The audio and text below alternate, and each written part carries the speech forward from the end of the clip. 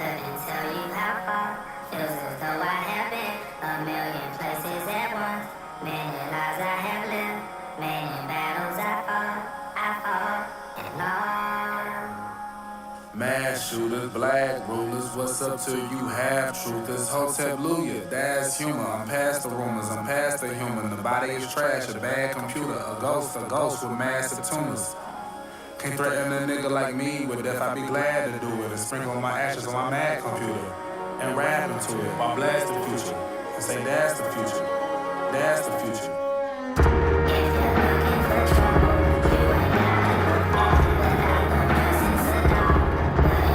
The year is 5,625. Niggas is clapping and stomping in church, waiting for Jesus to come back alive. Niggas is still waiting on ET to come out the sky, stop all these crimes. Mentally ill and out of their mind. Niggas still waiting for Flint to get some supplies. Niggas is still like, damn, I was just talking to so-and-so the other day. How did they die? Why? Niggas is still waiting for politicians to admit that they lied. Since we all comrades, niggas really locked up in them contracts. You accepted as generous just cause the man let his boot off your neck just a little bit. If that shit was threatening, you wouldn't know that it did exist. They would've hid that shit from you like all of your history. They brought Bill not back from the dead just to get at me. They sent so many haters my way, I could start an agency. It's all about branding, feel like a fraternity. Niggas wanna brand me, niggas want Grammys, niggas want families. Niggas think I'm crazy, I don't want a damn thing. Where the fuck's the manual? They can understand me. All this shit must go, all this shit is trash. There is not a plan B. Way too hard to let go, where we gon' end up, where we all landed. This is just a shit show, this is just a sick goal. I ain't gonna make that shit. People are nearly conscious. I've traveled so far, couldn't tell you how far. Feels as though I have been a million places at once. Many lives I have lived, many battles I fought and lost.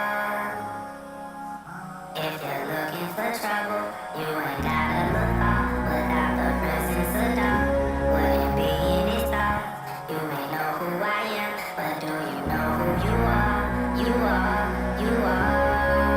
These roads, they don't go nowhere. These highways are a dead end. I've had my share of losses, I've had my share of blessings, and I should know what hell is. And I ask you this question: if we ourselves ain't perfect, then how could we know what heaven is like?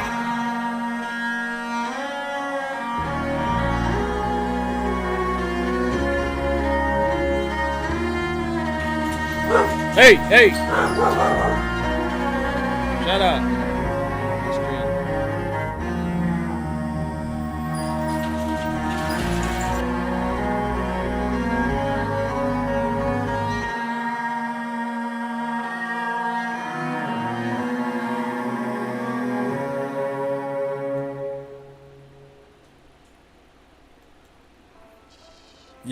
Yo. What up? CSG's in the building. Yeah, hey, that wasn't my dog, bro. That was Jabari and Tari and Cam. They them boys got that dog in them. How y'all feeling out there, man? Let me know how the sound check.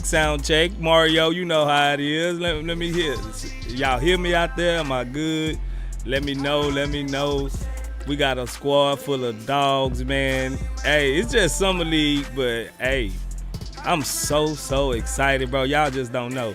If y'all been there with us for a minute, man, y'all know I used to come up here after the silence debacles and look like I'm about to just tear out my whole hair, my head, everything. You know what I'm saying? So I'm feeling good. I know the CSG's in the chat feeling good. How y'all feeling out there? Let's get it. You know we got to do our ritual. Talk to him, Quan. Let's get the truth. Baby.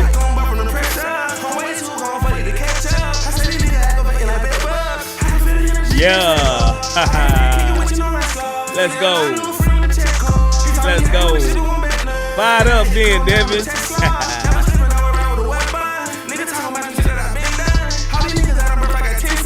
They don't tell you that part.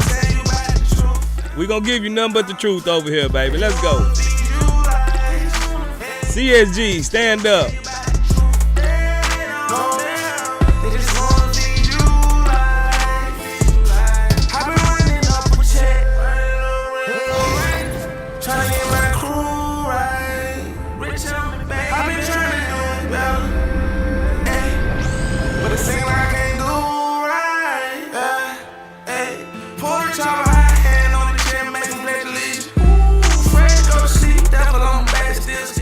Let's go, CSG. Talk to him, Quan.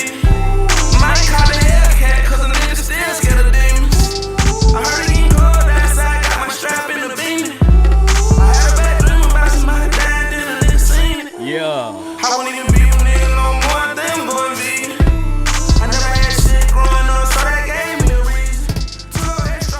Y'all know how I go, baby. Y'all know how I go.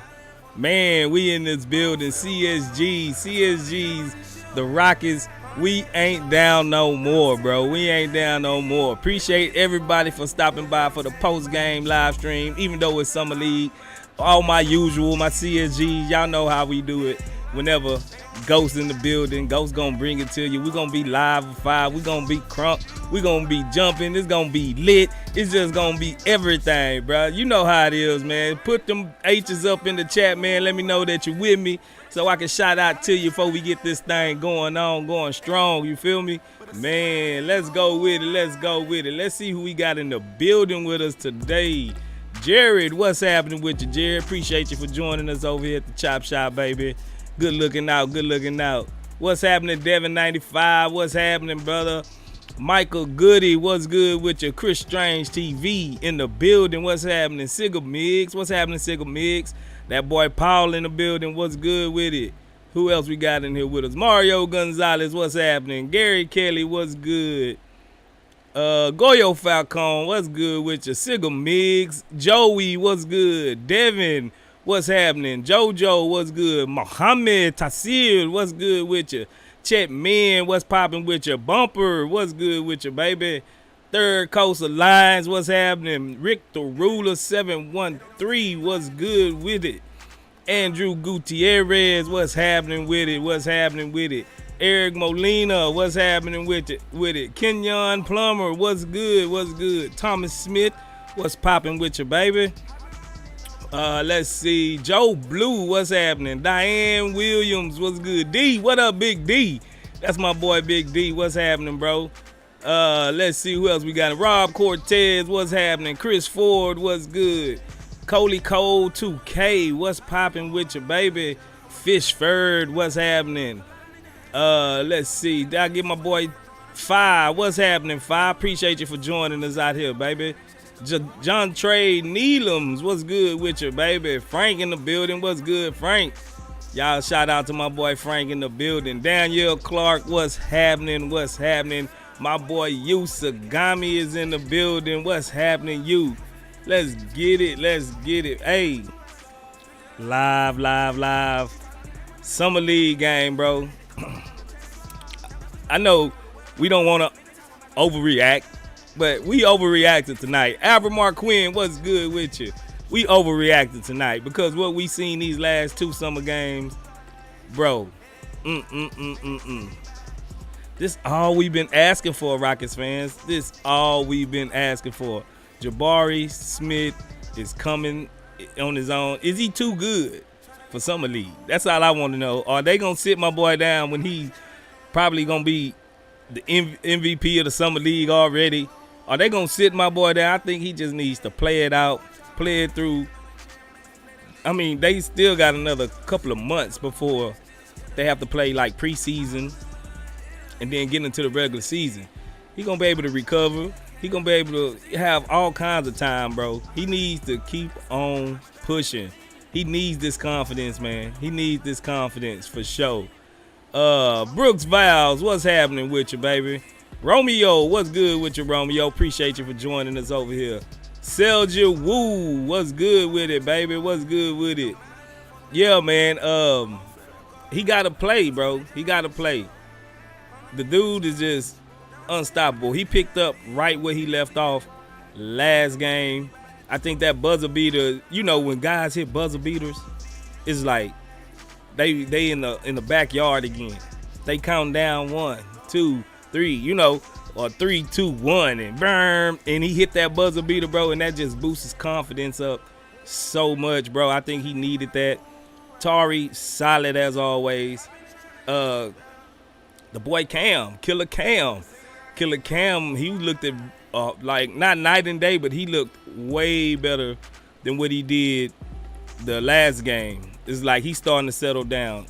For that dude to be 18, bro, for that dude to be 18, we got a bright future ahead of us. So if you're not a Rockets fan and you in here and you watching it, everybody hit that like button before I even go on. Because, y'all will be, oh, yeah, he turned 19 yesterday. Good looking out, Devin.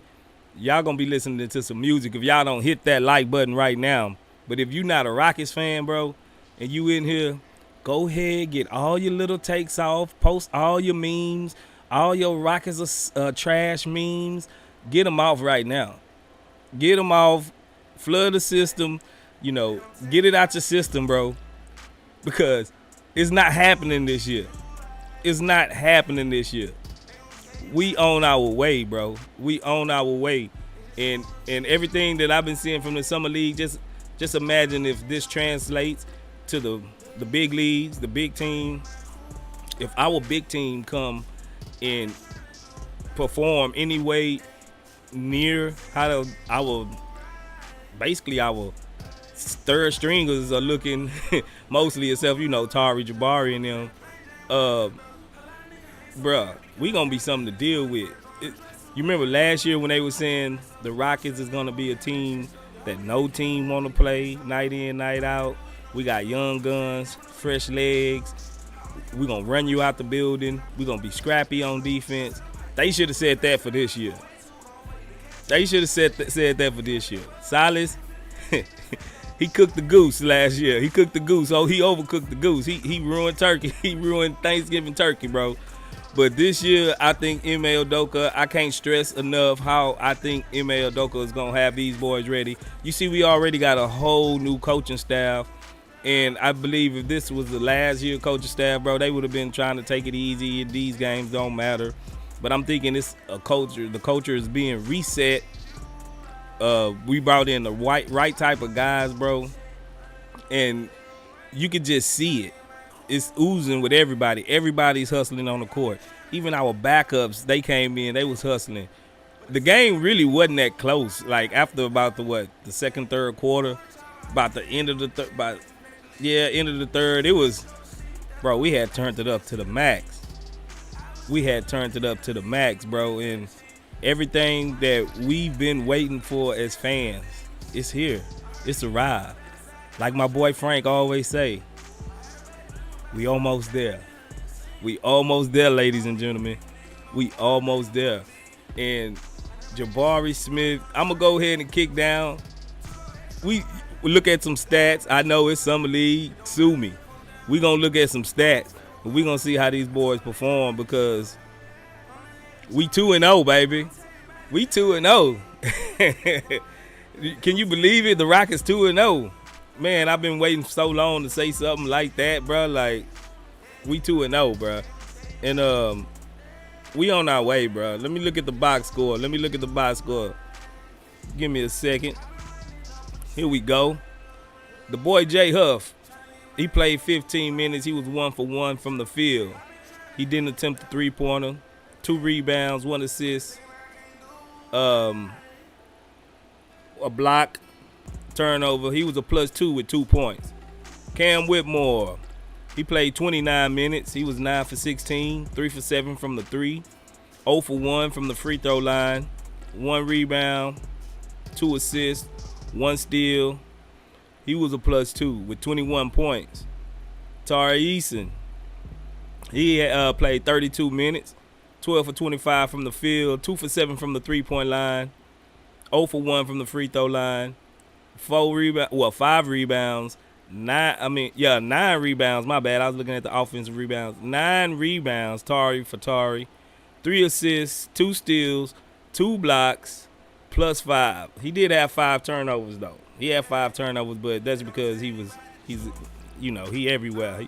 He was actually dishing the ball pretty good. He had 26 points.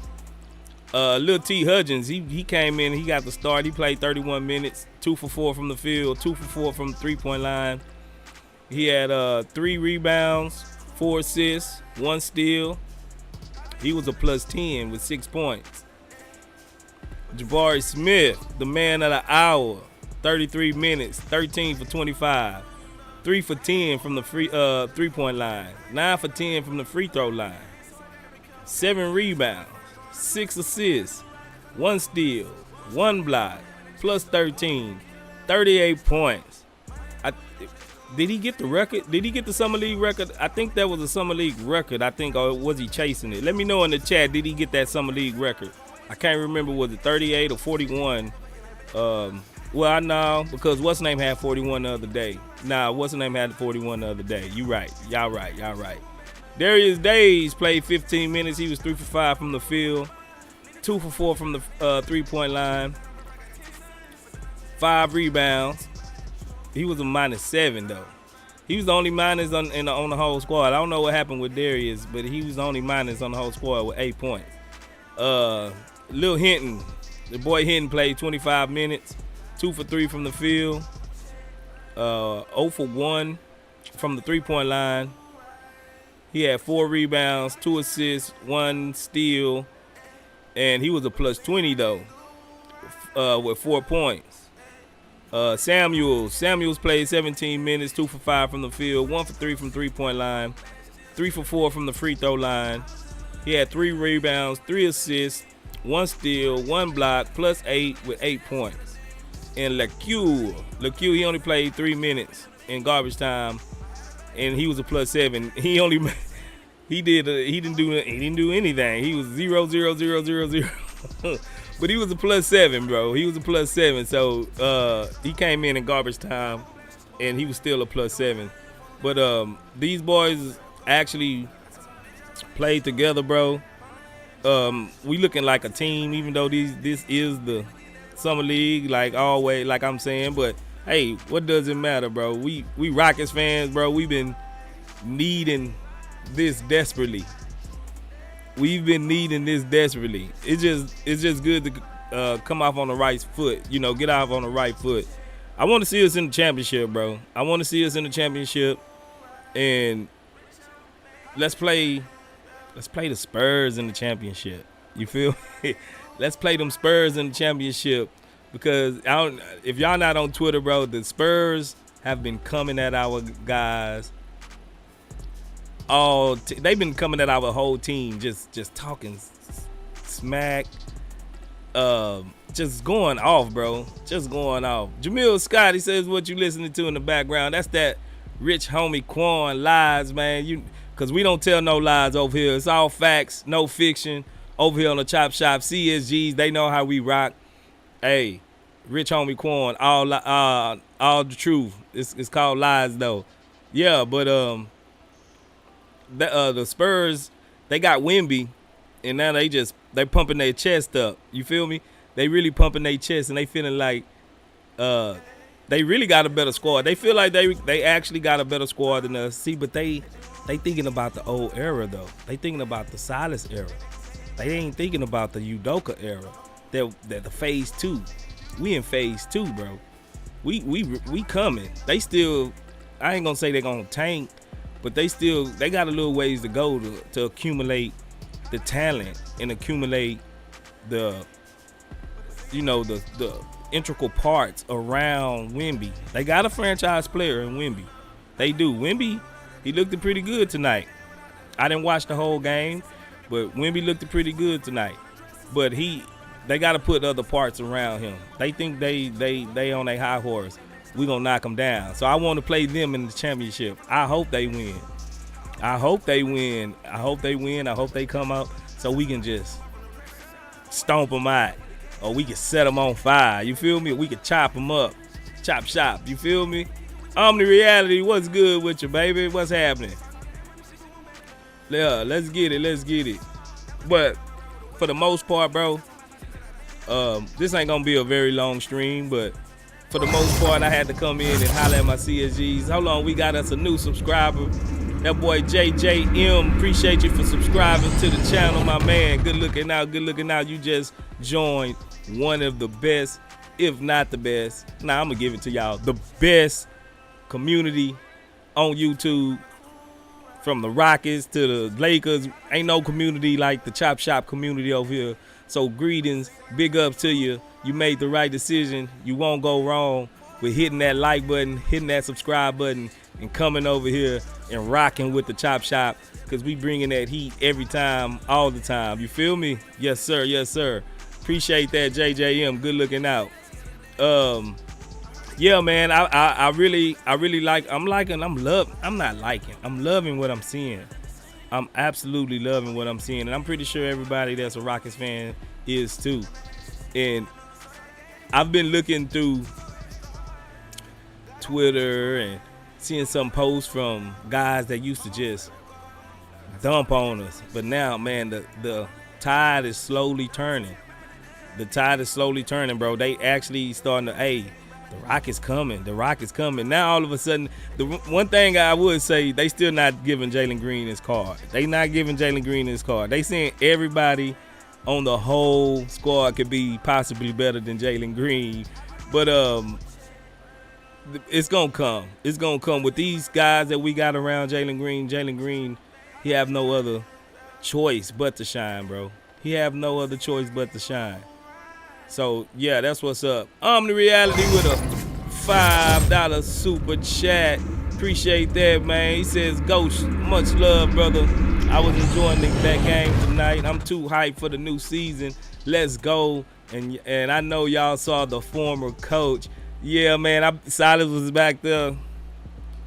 He was back there with his arm crossed. He looking kind of salty, didn't he? Nah, let me leave Silas alone, bro. Let me leave Silas alone. He was looking kind of salty back there, like, man, that could have been me. Nah, bro. You had your chance. You had 3 years. And it's kind of, I ain't gonna lie. I kind of feel, because, you know, if you raise somebody up and they go off and look better under somebody else, it kind of make you start questioning yourself. Like, they weren't responding to me. Like, what was I doing wrong? So Silas probably had to do a lot of self-reflection after he left this game. And it looked like he's probably going to be almost in a similar spot with the Detroit Pistons. I'm not going to say they're going to be trash, but I don't think they're going to be that good. They still got some growth to do. But the good thing about it, he's not the head coach, so he can shy away and he can just sit back and do what he do. He won't have all that pressure. He won't have to come in, diggity dang it. Y'all not playing no diggity defense. Let me get off of Silas, man. It's Ned Silas. Let me get off of Ned Silas. Dang diggity defense. Nah, man, but we coming, bro. We coming, dog. Like, I'm gonna bring y'all up and y'all can get y'all takes off as usual. I'm gonna let y'all have it. But let me get to some of these comments real quick. Let me see how y'all living. Kevin R, what's good? He says shut Bari and Tari down. Nah, man, ain't no shutting down. Ain't no shutting down, fam. It's full speed ahead. It's full speed ahead, bro. Ain't no shutting down. They gotta work. You heard what Jabari, I don't know if y'all seen the interview after the last the last Summer League game. Bari was like, bro, I haven't proved nothing yet. This is the right mentality. This is why I think Bari low-key gonna be a star. Bari's like, this is just my second year. I have no room to sit back and relax and skip Summer League.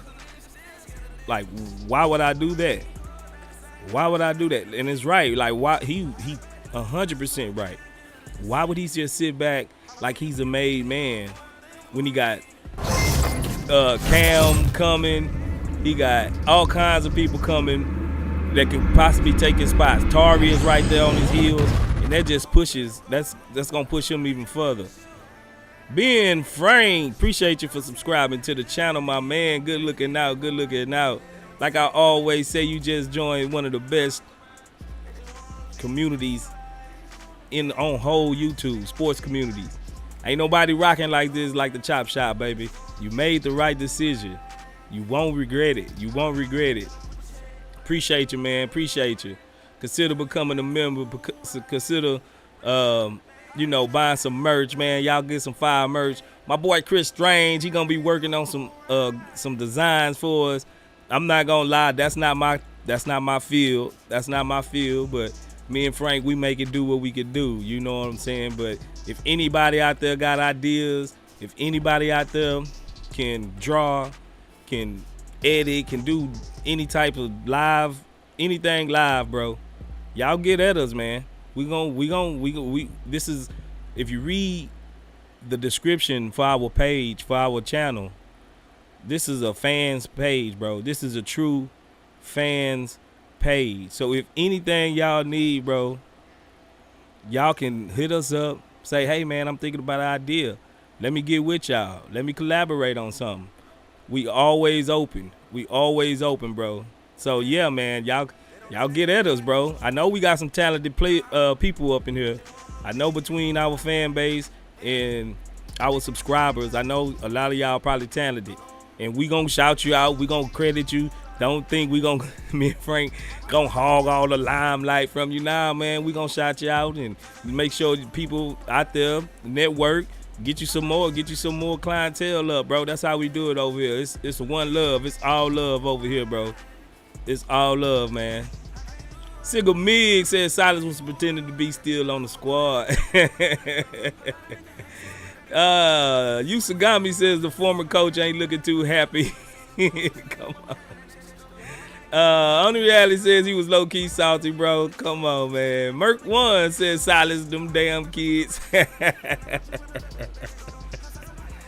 Man, y'all leave Silas alone, man. Y'all leave Silas alone. Muhammad, he said Silas was naughty, bro. He wasn't ready. Yeah, he wasn't it, bro. He wasn't ready.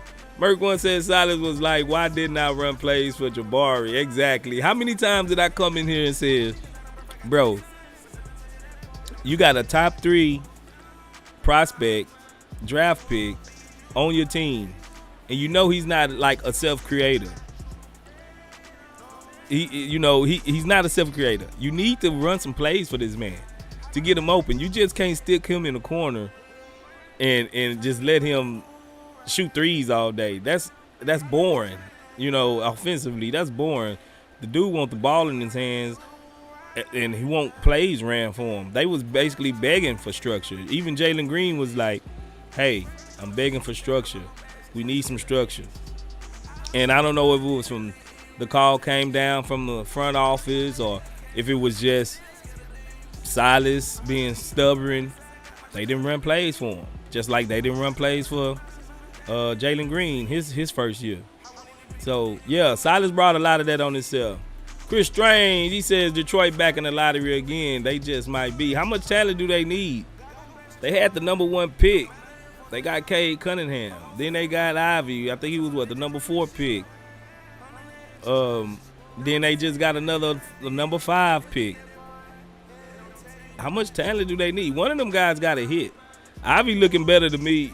Ivy looks better to me than Cade Cunningham. I'm just gonna be out there, If it was me, I would want Cade Cunningham almost playing off ball because the athleticism and the vision that Ivy shows, and he's a decent shooter. Threes coming along, I would want the ball in his hands. He gonna put so much pressure on the defense. He gonna make guys collapse. He's gonna have wide open corner threes. Should be on the regular. He got a little Scoot Henderson in him when he driving, and I think he might be a little bit faster than Scoot, but Scoot just got that body. He can body you up. But I definitely would want Ivy with the ball at least 40%, 50% of the time. Let them share it or something. Bumper says Jabari should have gave Silas the pimp hand during the interview. Nah, man. They love Silas. To be honest, they love Silas because it was like the substitute teacher. everybody in school, we loved when the substitute teacher came. Because we can actually do whatever the hell we want to do.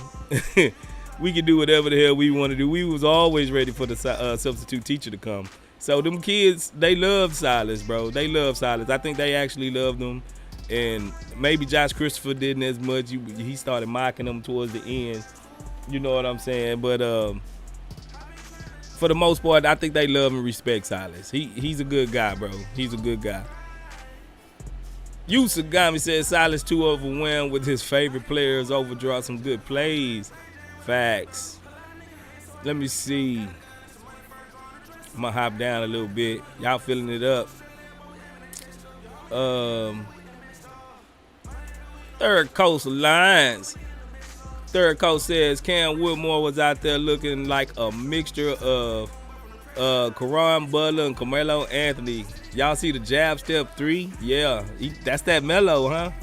That's that Did you see the Jabari? This is something I ain't seen from Jabari. Jabari did a spin move, jab step. I was like, hold on, Bari, where that come from? It looked like, bro, Bari up and around that 15-foot, 18-foot area, the dude is cash money. Cause can't nobody really block his shot within if he get you down low enough and he turns around, bro, it's over. It's simply over. The Reality says it's so evident that them two specifically has been in the lab for sure. Oh, Chris Strange said he sent you guys a logo. Okay, we're gonna check it out. Chris. Rick the Ruler says KP and Tari coming for Green and Brooks starting spot. Hey, they might. Yusagami says if anything, Space got that editing math skills. Hey man, I just try, bro. I try. You know what I'm saying? How y'all watched the little Monstars video? I was bored, bro. I just put something together, man. That was it's just something. Hey, and I look like I'm almost right with that. We gonna be some Monstars on the damn court.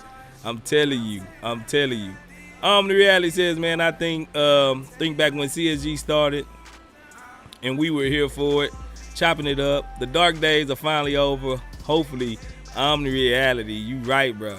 You remember we used to be in this, especially in the live streams, bro, we used to be in there like 20, 30 deep. And we used to be all crying, complaining about Silas, complaining about everything, bro. We used to be in there damn near crying, bro. Crying. And bro, we gonna look back on those days and laugh and enjoy them. Like, and they're gonna be fun memories when we get up. You know what we gonna, dog, because them was some days, bro. It's tough. I don't think fans really know, like, haven't been in the league for a while, like their team been successful for a while, like Warriors fans, and it's tough, bro, when you just see garbage basketball. Now, I think Sacramento fans could probably relate. Atlanta Hawks fans could probably relate to a certain extent. Some Utah Jazz fans probably could relate back in the day. Definitely Magic fans probably could relate. Wizards fans, I know they can relate. But for the most part, most teams this is hard to deal with, bro. It's really hard to deal with when you a fan and so passionate, and you got to see your favorite team go out there and get drugged night in and night out.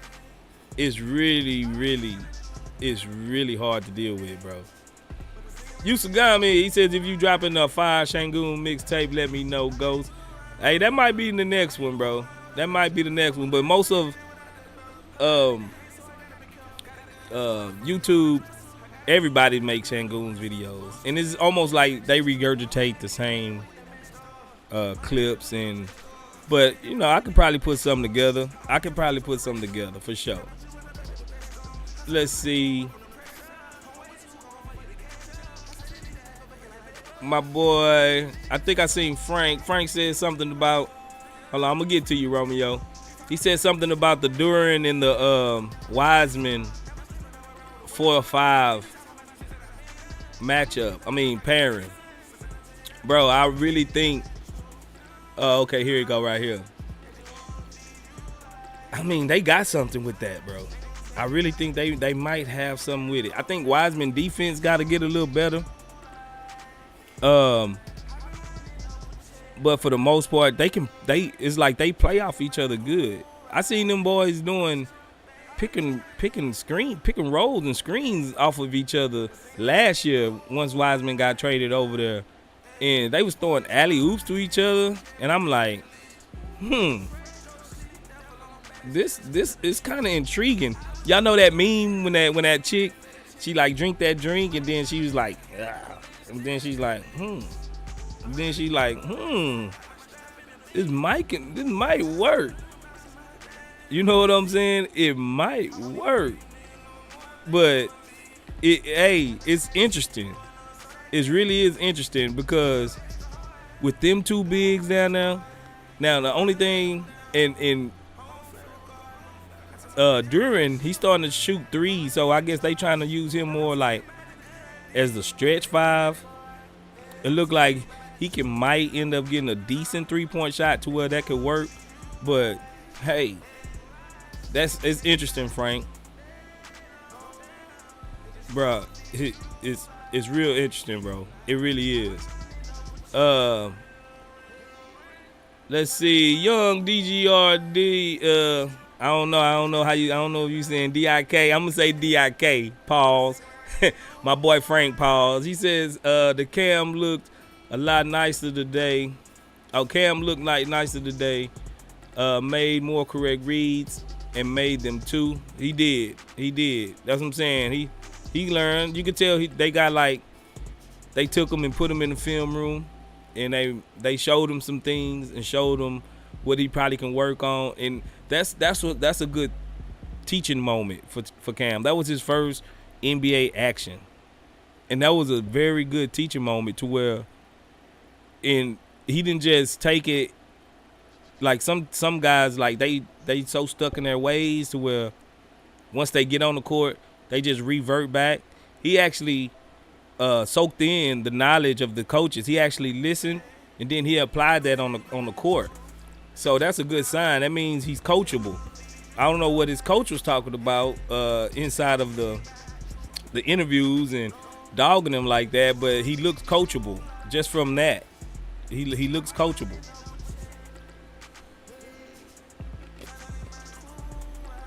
Let's see. TTFOH, he says, I really feel this will be the time it all clicks for him. Summer League 2023.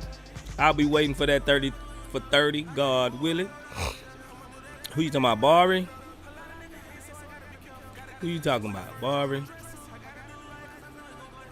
Let's see. Omni Reality said we were crying, bro, in the corner with the violin. Fact. Keon Plummer says those days are over. Facts. Yusugami says those losses is brutal. Third Coast Line says rebuilds aren't easy. That's so facts. Third Coast Lines, he also says a lot can go wrong. So facts. Yusugami says 3 damn seasons, can't even imagine for other teams. Yeah, bro, just think about 8, 9, 10 years of that madness. Oh, bro. Me and Frank might just shut the chop shop down. we might just shut it down, bro. Muhammad says Cam was better today. He made some good reads, but that tunnel vision was still there. If he develops that court vision, he's going to be deadly. Facts. Brandon Reed says, how you forget about Detroit? I didn't forget about Detroit. What you mean? I might have did. Young DGR says, Asar looked lost today. Not much run for him, though. I think Asar, he's so used to being at least a centerpiece of the offense, of the team structure. Well, he got Ivy before him. He got Duran before him. He's coming off the bench, so he got all these other guys before him. And I think it's just some adjustment that he's gonna have to make. He's gonna have to make some adjustments, bro. JoJo says, yeah, can't imagine how other fans from other teams deal with longer rebuilds. For sure. Chris Strange says, ask the Kings. Man, I know them boys was, bro, did you see the playoff series, bro? They was so live, man. Them boys act like they was like in slavery I could just imagine how how when the slaves got free, bro, they probably went crazy, had a party, did cartwheels, bro, cried. I would have did all that, mixed emotions, bro. That's how the Kings fans was. They was rabid, off the leash, ready to push the beam. They was ready to light the beam after every game, bro. That's culture. They established a culture. Chet Min says, I don't know how it's going to work because either Wiseman, Duran has to, I guess you got to say, got to be out on the perimeter. On offense, it looks good for sure. Chris Strange says, nah, it's Kodak Cam. Okay. Let's see. I'm going to get to y'all come up. Who y'all need the link? I'm gonna let y'all come up and give y'all takes off. Third Coastal Line says, Duran and Ivy, yeah, Wiseman was pretty bad in my opinion. Asur played way better than him. Wiseman going to mess around and be out of the league. Oh, man. As the number 2 pick, that's bust status. I don't think so. I saw glimpses last year, bro. Him and Duran looked pretty good, bro. I'm not gonna front. They look pretty good. Yusagami says Tatan Garuba got traded to OKC. Yeah, man. Stone steady taking L's. Stone traded them to Atlanta and attached 2 second round picks to them. OKC got them from Atlanta and got for 2 second rounders or something like that. Stone steady be getting finesse, bro. I told y'all about Stone. If y'all don't remember, I made a video about Stone probably about 3-4 months ago. And I kind of list some of the details of where he went wrong in the past, especially on free agency. Signing Victor Oladipo, letting Kelly Olynyk go, acquiring Jared Allen in the trade, the Harden trade. It was all kinds of goofs and gaffes that Stone did. Now, he draft well. He's like a glorified scout, bro. He actually can draft well. But on the margins, as far as the margins, when you rebuilding, every little pinch, every little inch count. Every little inch count, bro. And he ain't been doing very well on those in the margins type of deals. So he need to get another collective head, think tank. He need to get some think tank people in there to kind of veto some of this stuff that he's doing, bro. Let's see. Gary Kelly says, OKC fans talk down on Houston's young core at every opportunity. Hey, OKC got a good young core, bro. They got a good young core. I'm not going to even front. We about neck to neck as far as talent-wise with them. I think they might have a piece or two a little bit deeper. But, yeah, they got the right, bro. They got the right. They was in a rebuild for a while, too. And they finally coming out of it. Yusagami says Shea is one problem to deal with. Chet being healthy, he and our front court will be good matchups. Facts. Man, I don't know your name, bro.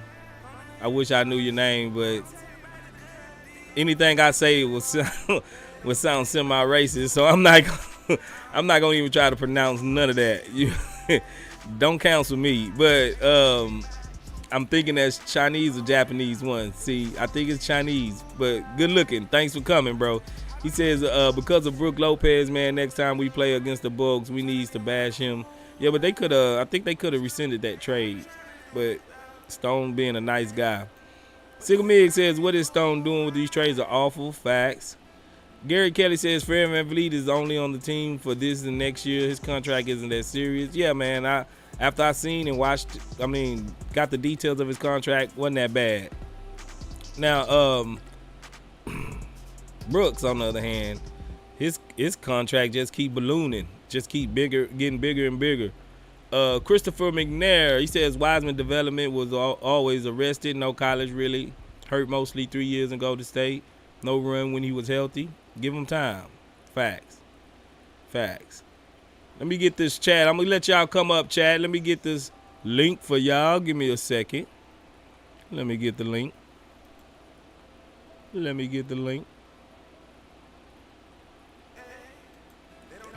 Here we go. All right.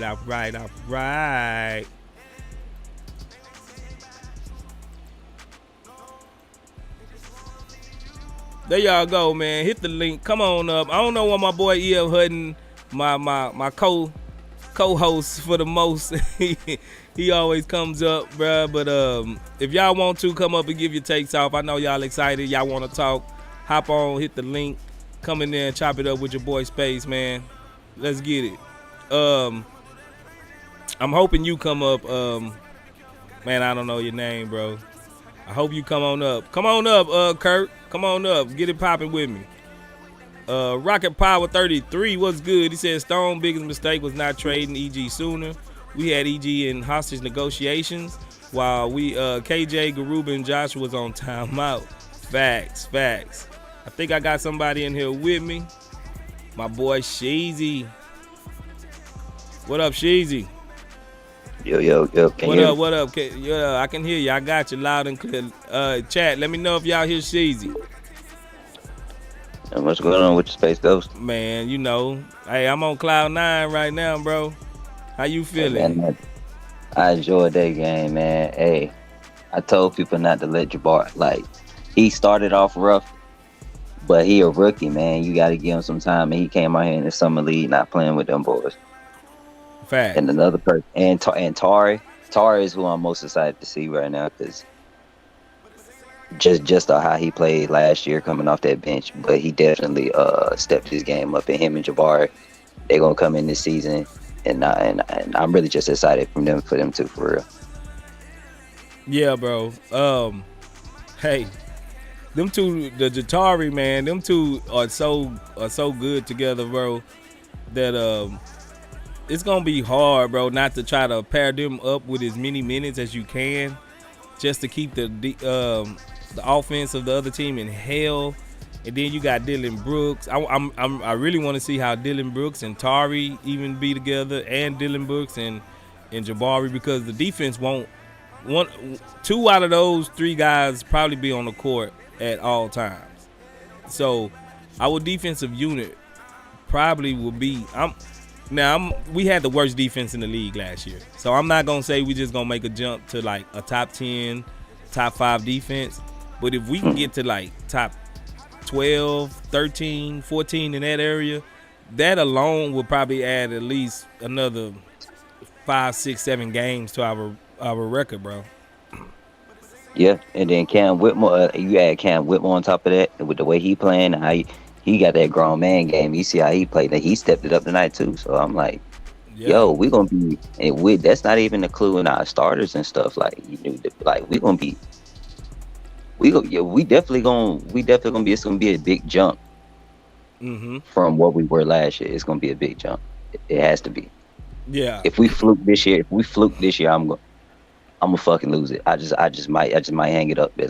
Nah, man, it ain't no going back, bro. It ain't no going back for us, bro. We got too much talent, and we got adults in the room. We gonna have veterans. You know what I'm saying? We got a great head coach, one of the most coveted head coaches that was in free agent, in free agency, if not the number one head coach that a lot of teams was gunning for. And it comes with responsibility, you know, and pressure. A little pressure is not bad. A little pressure keep you focused and keep you going in the right direction. So yeah, man, we ain't going back. We ain't going back, Sheezy. We ain't going back. Sigel Miggs, what's good with you? Yo, what up, Space? What's happening, Sigel? My ninja. Man, that game, those two games by Jabari, man, he just keeps showing that he proves that he belongs in the team, belongs in the league, cooking everybody.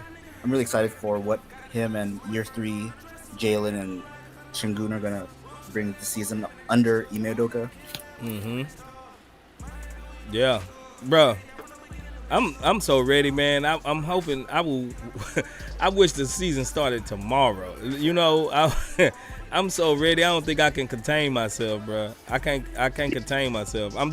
I swear, when I go to bed at night, bro, I be just thinking like, man, bro, what if? Thinking hoops. Yeah, man. Like, what if we can get this together and get this and have this, bro? It's so many pairings and situations I be thinking about. I don't want to get too confident, but bro, ain't nothing less, bro. Ain't nothing less. We coming. We coming. Yeah, that's the past season. It did a lot for Jabbar because, like I said last time, him and Şengün went against every starting big man in the league. Like all the star big men in the league, they went against every single one of them, and they ain't do nothing but toughen him up. And you throw him out there with a bunch of people that's fighting to get on the team, he gonna show out there.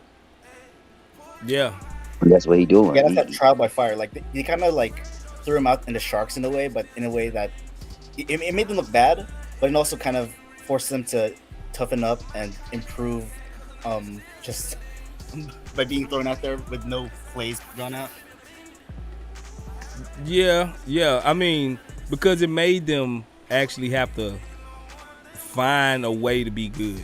It wasn't nothing was catered to them in the sense as like getting them plays like, oh yeah, we're gonna run these plays like all the time for you. It kind of like it's almost like when your old uncle or your dad or something trying to teach you to swim and they just throw you in the deep end and be like, hey, you get yourself out of there. I know somebody had that. I'm the only one that had that uncle. I had a cousin, but somebody are gonna just chunk you in there and be like, hey, with a rubber meets the road, you either gonna drown or you gonna get up out of there. You gonna learn how to swim now. Like with that game when we went against the Bucks, like when Jabari had to guard Giannis, man, they gave him. After that, he had all the confidence. That boosted his confidence right there. Yeah, because he did great against Giannis. Didn't we beat them? We won that game, didn't we? Yeah, we won. Yeah.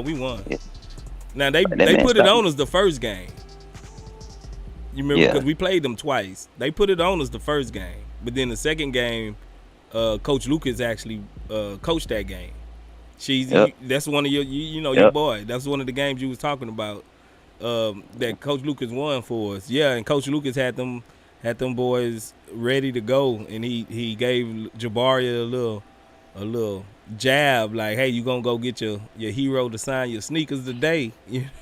Like you gawking over him the last game, bro, but you need to go and play him. And Jabari came out, took it, and accepted the challenge and got it off, and we came away with that win, bro. We came away with that win. So you think, what you think about us selecting him over Paolo?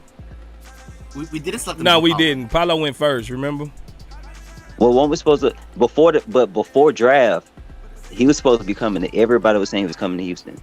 Oh, yeah, Paolo, yeah. I was ready for Paolo. That's what I'm saying. So, what you think? Do you think Paolo is still? Do you think Paolo's a better player right now than Jabari, or do you think they're right now on the same level? The thing about Paolo and him is gonna be like, I used this analogy before, back in the day, not too long ago. You remember the Harden and the Giannis beef?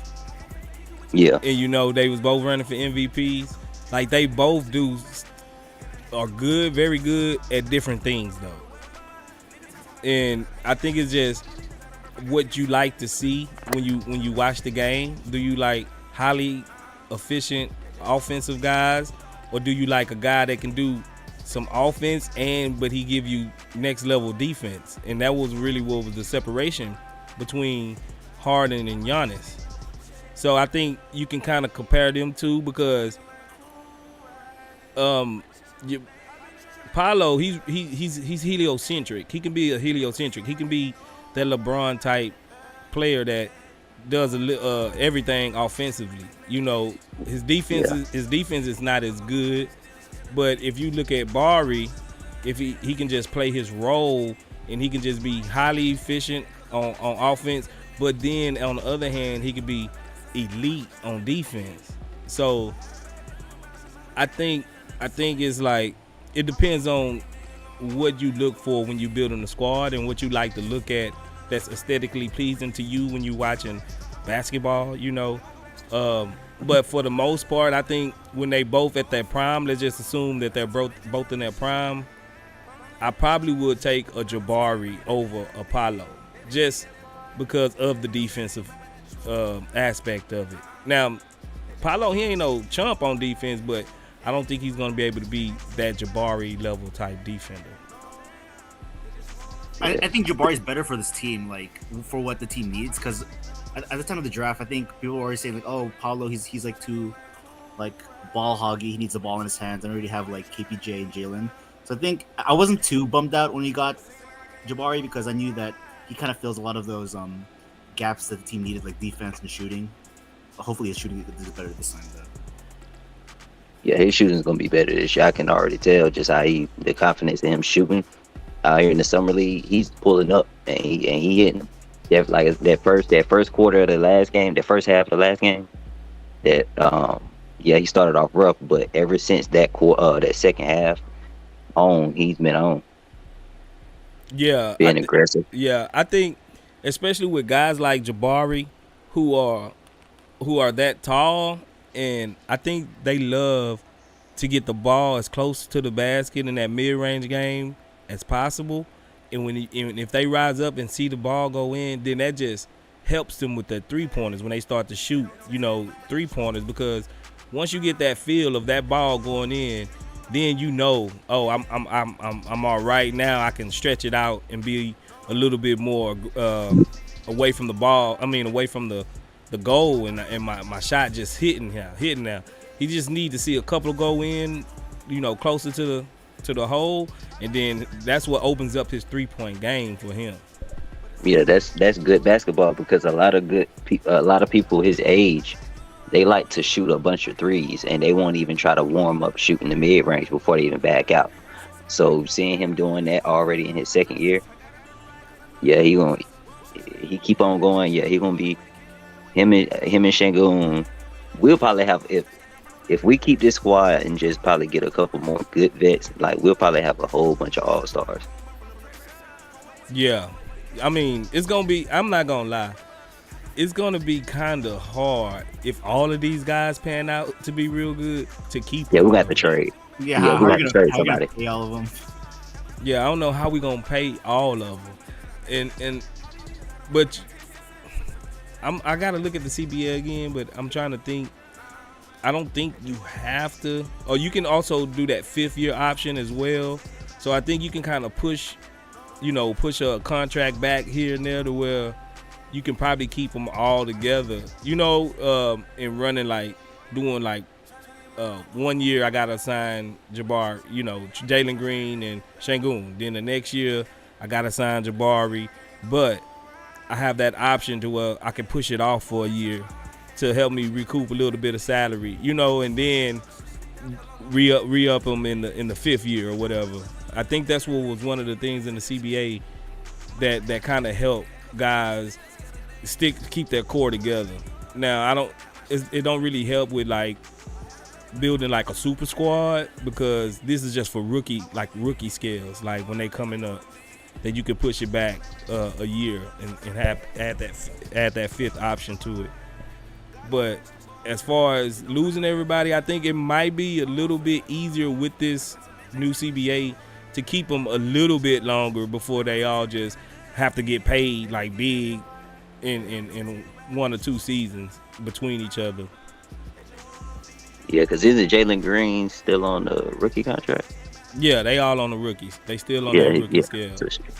I think isn't that a good problem to have? Too much of our young guys are good. Oh, yeah, because even let's say theoretically they all do hit their ceilings and they all, have to get paid. We still can shop them and still get a hell of a return back to where we're not going to lose them for nothing. You know what I mean? The decision is going to be who to keep. Now, that's what's going to be hard to be but who adds more to winning? Do a pure scorer like Jalen Green add more to winning, or do a guy like Tari, that just not a pure scorer, but he can score and he can lock down the other defender? It's that type of thing to where it's gonna be those decisions to make. But it is still a good thing to have, because that means you drafted well, you got the best out of all of them, and they're free agency. I mean, or their worth in the league is high, so you won't lose them for nothing. You'll have to actually bring some good players back to fill them. You know, so it's a good thing to have. We like, how did we get lucky at getting two? Not only did we've been getting like between first and third round picks. We got 2 steals in Tari and Cam Whitmore. Like those are steals. Yeah, Şengün was a steal too, almost. And Şengün was that was a super steal. I mean, OKC drafted him and traded him to us, right? Yeah. Yeah, I think probably. But they got Chet, so they was gonna have to. Somebody was gonna have to. I feel like somebody would have to go. I mean, well, they probably wouldn't have got Chet if they would have kept. Yeah, they Şengün. probably. I don't know. But I think Şengün and Chet will be able to play together anyway because Chet actually stretches the floor, and he can. And Şengün needs that guy that can back him up defensively. Chet is a very good weak side help defender. To where I think they would probably been able to work. What I don't know what was their whole assessment. I think Presti will probably look back and be like, that's the one that got away. You know, that's the one.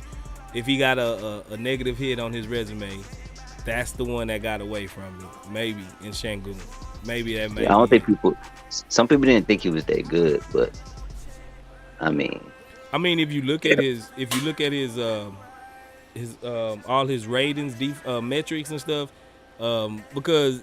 If you remember back when it was time to draft him, I think Celtics had him on their board. A few guys had him. Few players had him on their board. I mean, teams had him on the board and wanted him. And even when we went to draft him, it was kind of a give and take between what's the old guy that was here? He's still here. Matter of fact, he's the analytical guy in the room. Man, what is his name? I blanked out on it.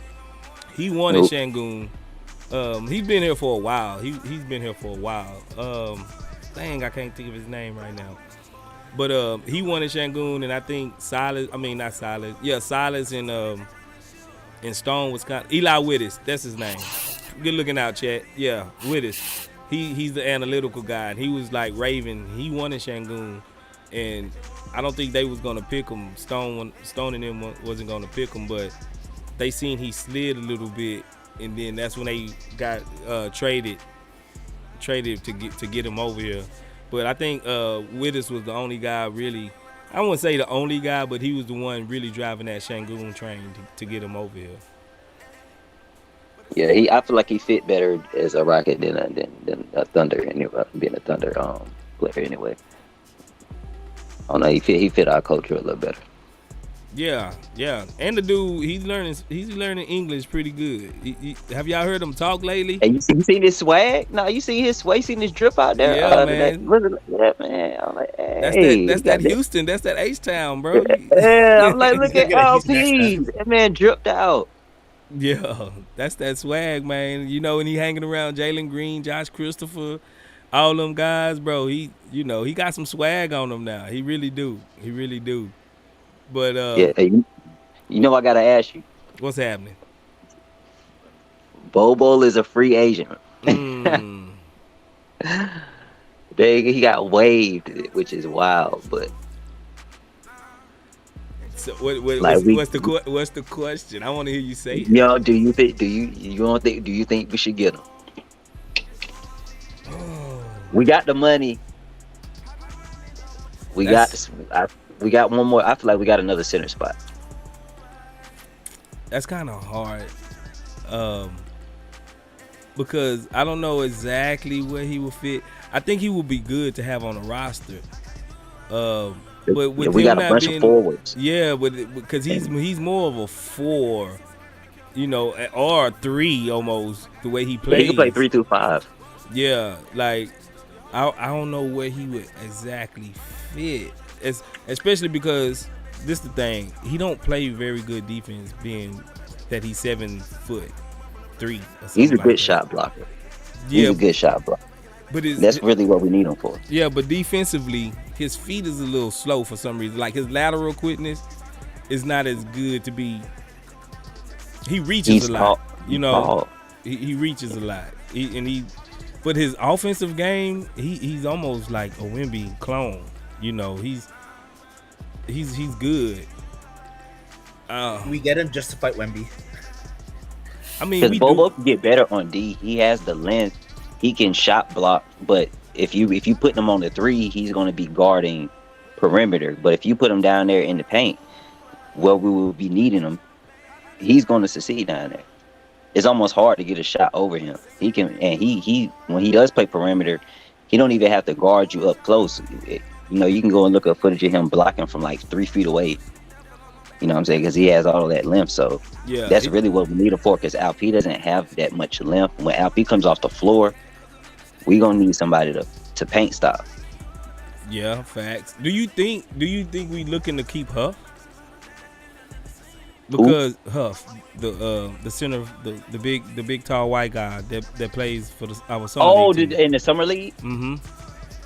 Because he I was like it. Hey, I like him. He all right. He was the defensive MVP for the G League. Yeah, I seen him out there playing D. I'm like, he got some toughness to him. He'll pull a 3. He'll pull a 3. I seen he hit I think he hit 2 threes the first game. Mm-hmm. Yeah, he'll pull a 3. He looked kind of old. How old is he? I think he just looks like that, bro. I don't think he's that old. That man. Hey, I ain't gonna lie, I thought he was. Oh, I thought that man was like 30. I was like, bro, who is that guy? Yeah, I don't think he's 30. I don't think he's that old. Bro, he looks old. Yeah, but he is. He looks. I guess maybe it's the beard, because once people cut their beard, they look 10 years younger. Yeah, I think it might be the beard. Yeah, but even his build, he looked like he could be up there in some age. Like, I didn't think he was. How? So he's young. Like, I'm not saying he's young. Like young, I haven't looked at his age, but I just assumed since he was in the G League that he probably can't be more than 23, 4, maybe 25, something like that. And I doubt if he's that old. He might make. I mean, so who? Yeah, I mean, we got an extra center spot. Because who's playing now? I think we got 2 spots still open. Yeah, because I think Boban, we might just. I don't know. We waived Boban, but we waived him already. Oh, we waived him. So and Frank the Tank gone too. Yeah, we waived him too. Okay, so we got 2. Yeah, so I would say if we don't, I mean, so why not pick up Bobo and Huff? And I mean, if Huff make it, I'll take him. I mean, I got to see him play a few more games to see how he pan out. But the way he play defense, I mean, he wants to play defense. One thing I like about him is he sets great screens offensively too, and I like his build. He got a big. He got a big like Valanciunas type. Yeah, build. that's who he remind me of. Yeah. Yeah. Valanciunas might be a little bit bigger than him. But. A little bit. Yeah, might be a little bit bigger. The thing I like too about him defensively is his at least his rim protection. He makes it hard for guys to get easy, looks at the rim when he's driving. He don't get there all the time. He don't block maybe a whole lot of shots, but he's there to be a deterrent. And he makes guys think about, hey, shit, am I going up? Do I really want to go up here and challenge him? He did get dunked on by the boy from the Trailblazers, Shaedon Sharpe. Shaedon Sharpe did put him in the cup, but that's Shaedon Sharpe. He's like a 1% world athlete, It happens. Yeah. If you playing defense, I'm sorry, it's gonna happen. If you playing defense down in the paint, you're going to get it. It's going to happen. Yeah, it's better than not playing defense. And you seen if you don't, Elijah wasn't been on a few posters, but that's because he's so aggressive defensively. He's gonna challenge everything at the rim, whether he's late or whether he's in perfect position or not. So yeah, you will get dunked on just because you never know. Contesting that dunk, they might miss the dunk. Right. Like it might bounce off the rim or something because you got there and contested it, even though they about banged on you, even though you still put the effort in. You never know. You got to gamble. It's a gamble, but that's why Hakeem was so good. That's why Hakeem was. And centers, Hakeem is like he probably my number 1 center. Top 5 center. Me too. And now I'm not just being biased. What he did, He he did beat us. everything. The teams he beat, all of them were the best teams in the league in that stretch, in that playoff stretch. Yeah, when we Him was the being the 6th seed. only All-Star on the team, Mm-hmm. he beat they had the best records in the league, Yeah, and he beat all of them. yeah, for sure. Let me get All a of them. few of these comments off real quick. Chet Min says, I was going back and watch Landale. He looks good for a big backup big. Not a real rim protector, but I mean, take what you can get. Facts. Landale, he got hustle and he got heart. And he can We do got him. Yeah, we got Jock Landale. So he can rebound a little bit too.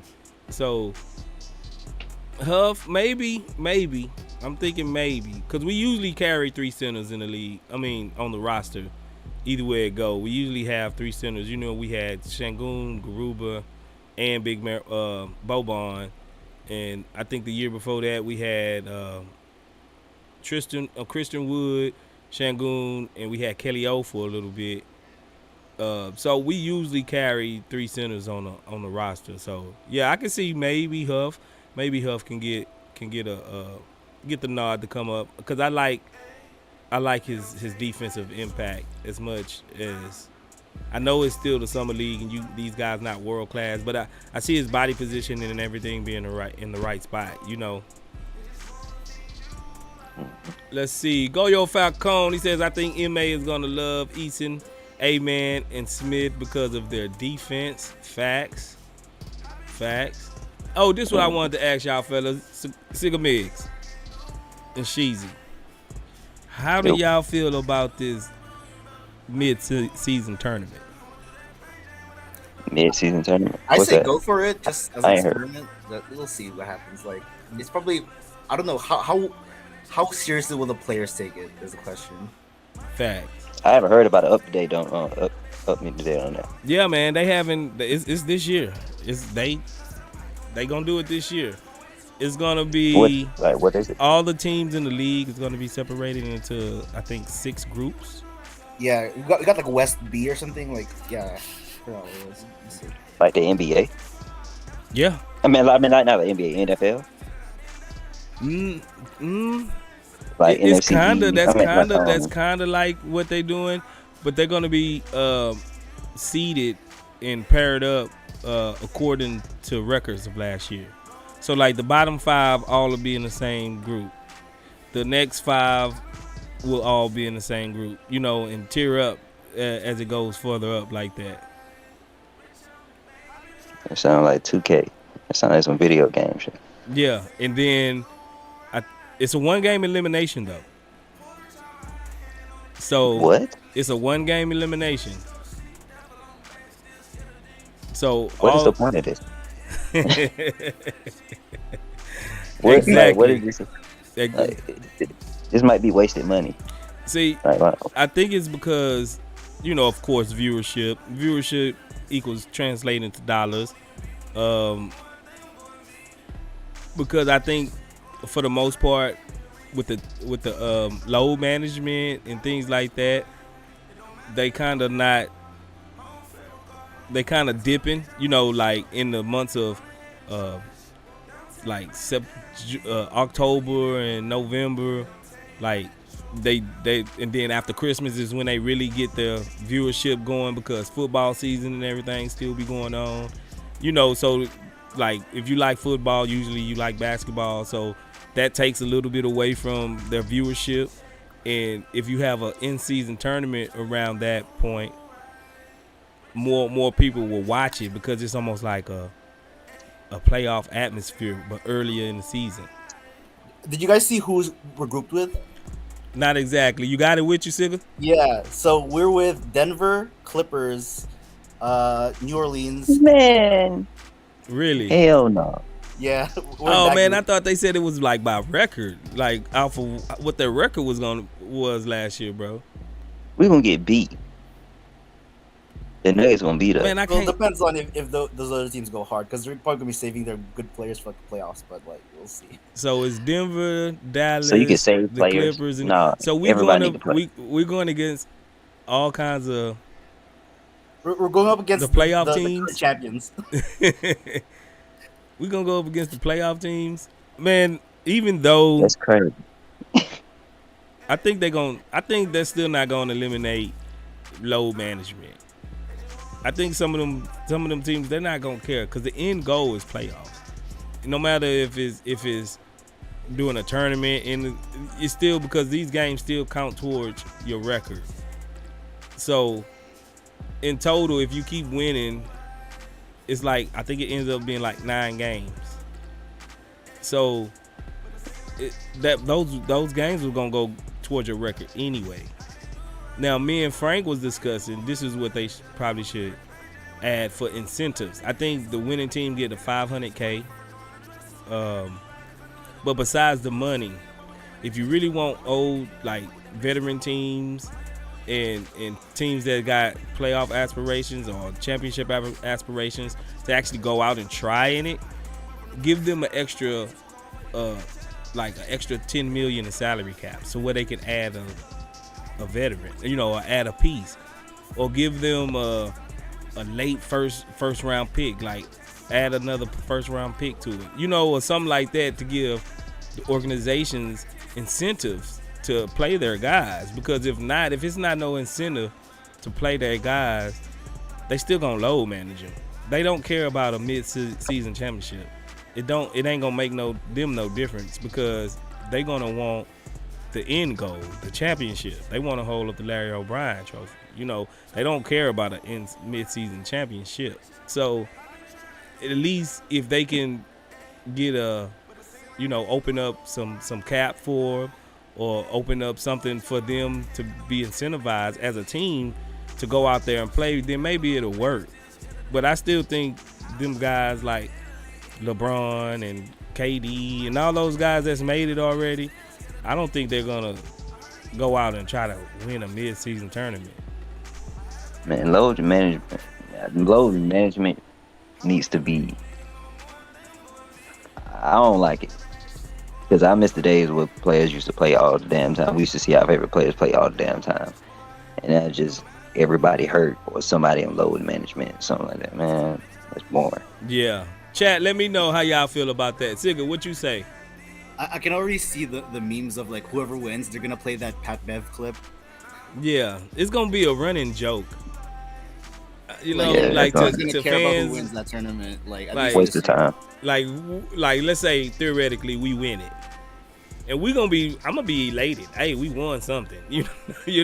I'm gonna be hyped about it.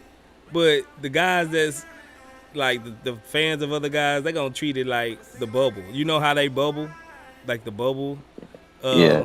They just be like, oh man, y'all won that bubble championship. They try to put an asterisk beside it. They try to do all kinds of stuff to discredit the bubble championship.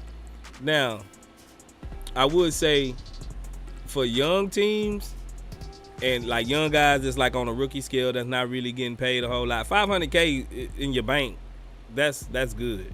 That's per person or that's for the team? Per person. Oh, per person? Yeah. For your they roster. putting a lot of money in there. Putting a lot of money in there. Well, that's just for the winner. Yeah, it's only for the winner. Yeah. So they probably come off for probably about $4 or $5 million. So it'll probably be mostly like the young teams that are gonna like go actually hard try. Yeah, it's gonna be young teams. So yeah, that's OKC cool. versus Rockets championship. Yeah, it might be. It might be. The Magic versus, because it's gonna be still East and West. So it might be the Magic and the Spurs, or some team, some low tier team that's gonna some be random rebuilding team is gonna win. Yeah.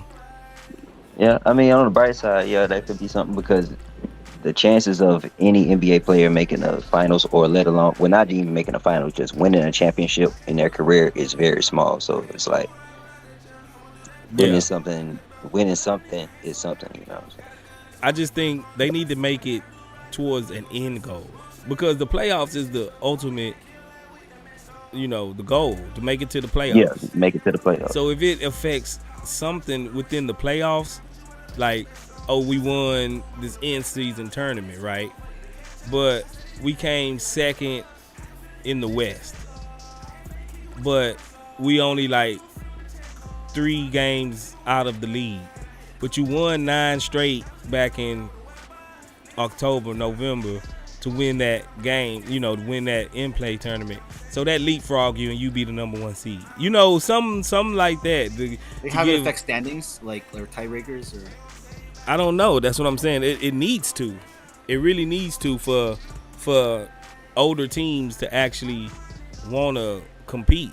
If you already made it, you like LeBron and KD and Russell Westbrook and guys like that already got $500 million in the bank. That $500K ain't gonna matter. I want a ring, and I think it'll be something more incentivized to actually for these older guys to play. Now I think like you say, the Rockets, the OKCs, the everything like the of that tier, we gonna go hard, bro. We gonna go hard. Yeah, we got. To me, we got the best. I said it last season. We got the best young core in the league because I think the season before last, we probably had the most. The season where it was in Cleveland. It was in Cleveland. I think the All-Star weekend, and we had I think we had 4 young All-Stars in the league already. I think there was just rookie and sophomore.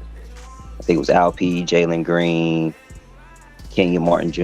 and it might have been last year. Was it last year? The Rising Stars? It was total. We had 4 players playing in All-Star weekend. Yeah, for the Rising Stars. That's the worst team in the league. Yeah, that was KJ more Martin than, he was just in the dunk contest. Though. Yeah, he was in dunk contest, but still he made All-Star weekend. Yeah, for sure. Let me get to some of these chats. Let's see how they think about this in mid-season tournament. Let me see. Yusugami says in-season tournament is definitely for the young teams. Duncan said it's gonna be like soccer promotion and relegation. I feel like. Frank says I can see OKC, Houston, Orlando, Toronto, Cleveland. These young teams gonna bust ass to win it. Yeah, I mean I think it's gonna be exciting as far as the young teams go. But I think some of the usual suspects that's in the playoffs, I don't think they're going to really care too much. Chris Strange TV says it's for bragging rights. Yeah, man, I'm going to still brag if we win it. Don't get me wrong, I'm going to still brag. We won something. F-Tang, he says, I think it would be fun for the hoop heads, but for casual fans, it won't move nothing. Yep. I agree, because I just like to see us play basketball. I just like to see Rockets play basketball. Yeah. After the season ended, I was hurt because I'm like, damn, I can't watch the Rockets every night. So I just watch the playoffs every night. Mm-hmm. Okay, when that's over, mm-hmm. gotta then it's time to move on to football. Well, no, it's time to move on to baseball, because right around that time, there's been the playoffs, World Series, and everything be starting to kick off. Frank says, especially if LeBron and Steph and them don't take it seriously. Yeah, I mean, if the big names don't take it serious, they got to buy in. The superstars of the league, they got to buy in. Because if they don't, then it's going to be like, who cares? But like Frank says, if you like basketball, you're going to be intrigued anyway. You're gonna sit down and watch it. Merk One says if they want it to matter to the veteran teams, it would have to affect playoff standings like tiebreakers affected by it or something. Exactly. Joe Blue says I like to do. What's up? When does it take place? It says November 3. November the 3rd through the 19th or something like that. It says November 3. I think that's when it starts. Yeah, it starts. So, but I think it lasts for 2 weeks. If I'm not mistaken. I think it lasts for 2 weeks. Joe Blue, he says I like the new flopping rule if they implement it. It's supposed to be. I think somebody already got a flopping call in the summer league. I can't remember who it was. Darkside DJ Catastrophe, what's up, my guy? He says old heads will not take it seriously. Facts. I think I got your name right. Julene. I think his name was Julene. He said, "Would Şengün improve his shots and defense if he could end up on that? His ceiling is 2018-19 Nikola Jokic." Okay. Let's see anybody else in. Tim Hargraves says everybody would take it seriously because it counts towards your final record. Every regular season game counts towards your final record, and they still used to low manage. So I don't think that So really they're basically adding games on to the regular season. No, there's no games added. They still gonna play 82. It's still gonna be an 82 game season, but those games within November the 3rd, and I want to say let's say call it November the 21st. Those games are going to be played as an in-season tournament. Okay. If that makes any sense. I'm pretty sure just like how the play-in was, like a lot of people didn't really understand it until they actually started playing them. And then you figured out, oh, okay, the 7th play the 8th, and the 7th play the 10th, and, the 8th play the 9th, and then they battled it out. Then the winners out of that. You're going to figure it out once you start seeing and hearing more talk about it. But as for right now, it is kind of confusing to wrap your head around. It really is. Because it's something new. It's something new that has never been done before.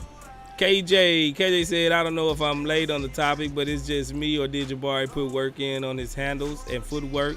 I know it's just summer league, but a lot of people are struggling in summer league right now. Yes, to me, I don't know about to y'all fellas, it looked like Jabari handle have got a little tighter. It don't look like he's Bambi trying to dribble a basketball no more. Yeah, didn't he do like a fadeaway move one time? It was like, yeah, he wasn't doing that. Like, yeah, Bambi. Yeah, like he really, he pulled a few things out of his bag. Matter of fact, he was a rookie, man. Jabari looked at semi. I don't want to get ahead of myself. Looking like KD. But he looked at semi like point guardish. Like he was dishing. He had like 6 assists. He was finding open guys. He was dribbling the ball up the court. He was dishing it, moving, going, finding open spots to shoot. Like he was driving to the lane, doing euros and coming up on the under. And one. The boy did a up and under like a Kyrie. Like yeah, I was like, hold on, and he with the and one. With the and one, I'm like, whoa. He used the goal for like protection from the blocker that was coming behind him. I was like, damn, Jabari, like, bruh, you in your bag right now. Like, Jabari bag getting a little deeper. He had a fanny pouch last year. He got an actual, little bag, Gucci bag right now. It might turn into a whole full suitcase in a minute. Yeah, I try to shit on rookies because they rookies. I'm like, all right, your rookie year, man, you got to get out there. You got to figure it out. So I don't try to, say he was bad, dribbling the ball, stuff like that his rookie year, but you doing that job on the NBA level your rookie year, you kind of got be nervous and stuff. So, but yeah, I said once he get that confidence, he got the tattoos. Man, boy, he tatted up. He got hella tatted up over the summer, like his arms. Yeah. It's like on 2K after you get your rake up, you get some tattoos put on, man. Start turning up. Yeah. Let's see. Chetman, he says, I would be happier if it had high stakes and had double elimination. That's too long. I think they just trying to, liven up that little stretch of downtime that the ratings really dip around that time. Like I said, they're always talking about like, oh, it's a regular season game in November, no one cares. Like like the World Series and all that stuff be going on and all that type of stuff. Football had just be kicking off and people be watching football games and all that. So they just trying to compete. I think they just really trying to compete with the NFL to give the NBA a little bit of juice during that time because in November, that's when the NFL just be kicking off and everybody's still excited about their teams and everything. So they just trying to compete with viewership, bro. Hopefully they don't bottom out like ESPN. ESPN going out sad right now. Rocket Power 33 says winners should get a small luxury tax break. But what if you ain't in a luxury tax? Like like we said, some of these teams that's lowballing, they probably won't. They ain't in a luxury tax right now, you know. So it's gonna have to. I think it's just gonna have to work out to be towards the end. Towards it have to do something with playoff implications. It's just gonna have to be something to do with like in season playoff implications, bro. Bring back NBA. What was it NBA on NBC? Oh man, that was my. Yeah, man. Bring that back. Yeah, I can hear that. I can hear that song in my sleep, man. That was what we grew up on, bro. I don't know about y'all, but I grew up. I don't know y'all ages, but yeah, that's. Yeah, what I was born in '94, but I've been watching basketball since I was like 3, so. Yeah. I remember NBC. That was my job. The way the graphics just came on, and bro, everything about that was a vibe, bro. Everything about that was a vibe. Bring that back. Then you had Amar Rashad on the weekend going through the NBA, breaking down. Bro, that was the time. NBA was live back then, bro. Let's see. Frank says space reading Chinese. Get ready to learn Chinese, buddy. Nah, I'm not. I wasn't reading it. Oh, well, I seen somebody because I was actually lost on his name, the Zhuling guy, and I think it was Third Coast Alliance. I think Third Coast Alliance. He must have Googled it what it meant, and he put the translation in the chat. Nah, I'm not. I ain't going for the what they call the Guangguan Tigers. I ain't opening up no YouTube channel for them, bro. I ain't brushed up on my Chinese, bro. I think that was Third Coast Alliance that posted in the chat what his name was. Cause I was lost. I was big lost. I ain't know what to call him. Let's see. DJ Catastrophe, he says Jabari was playing the point.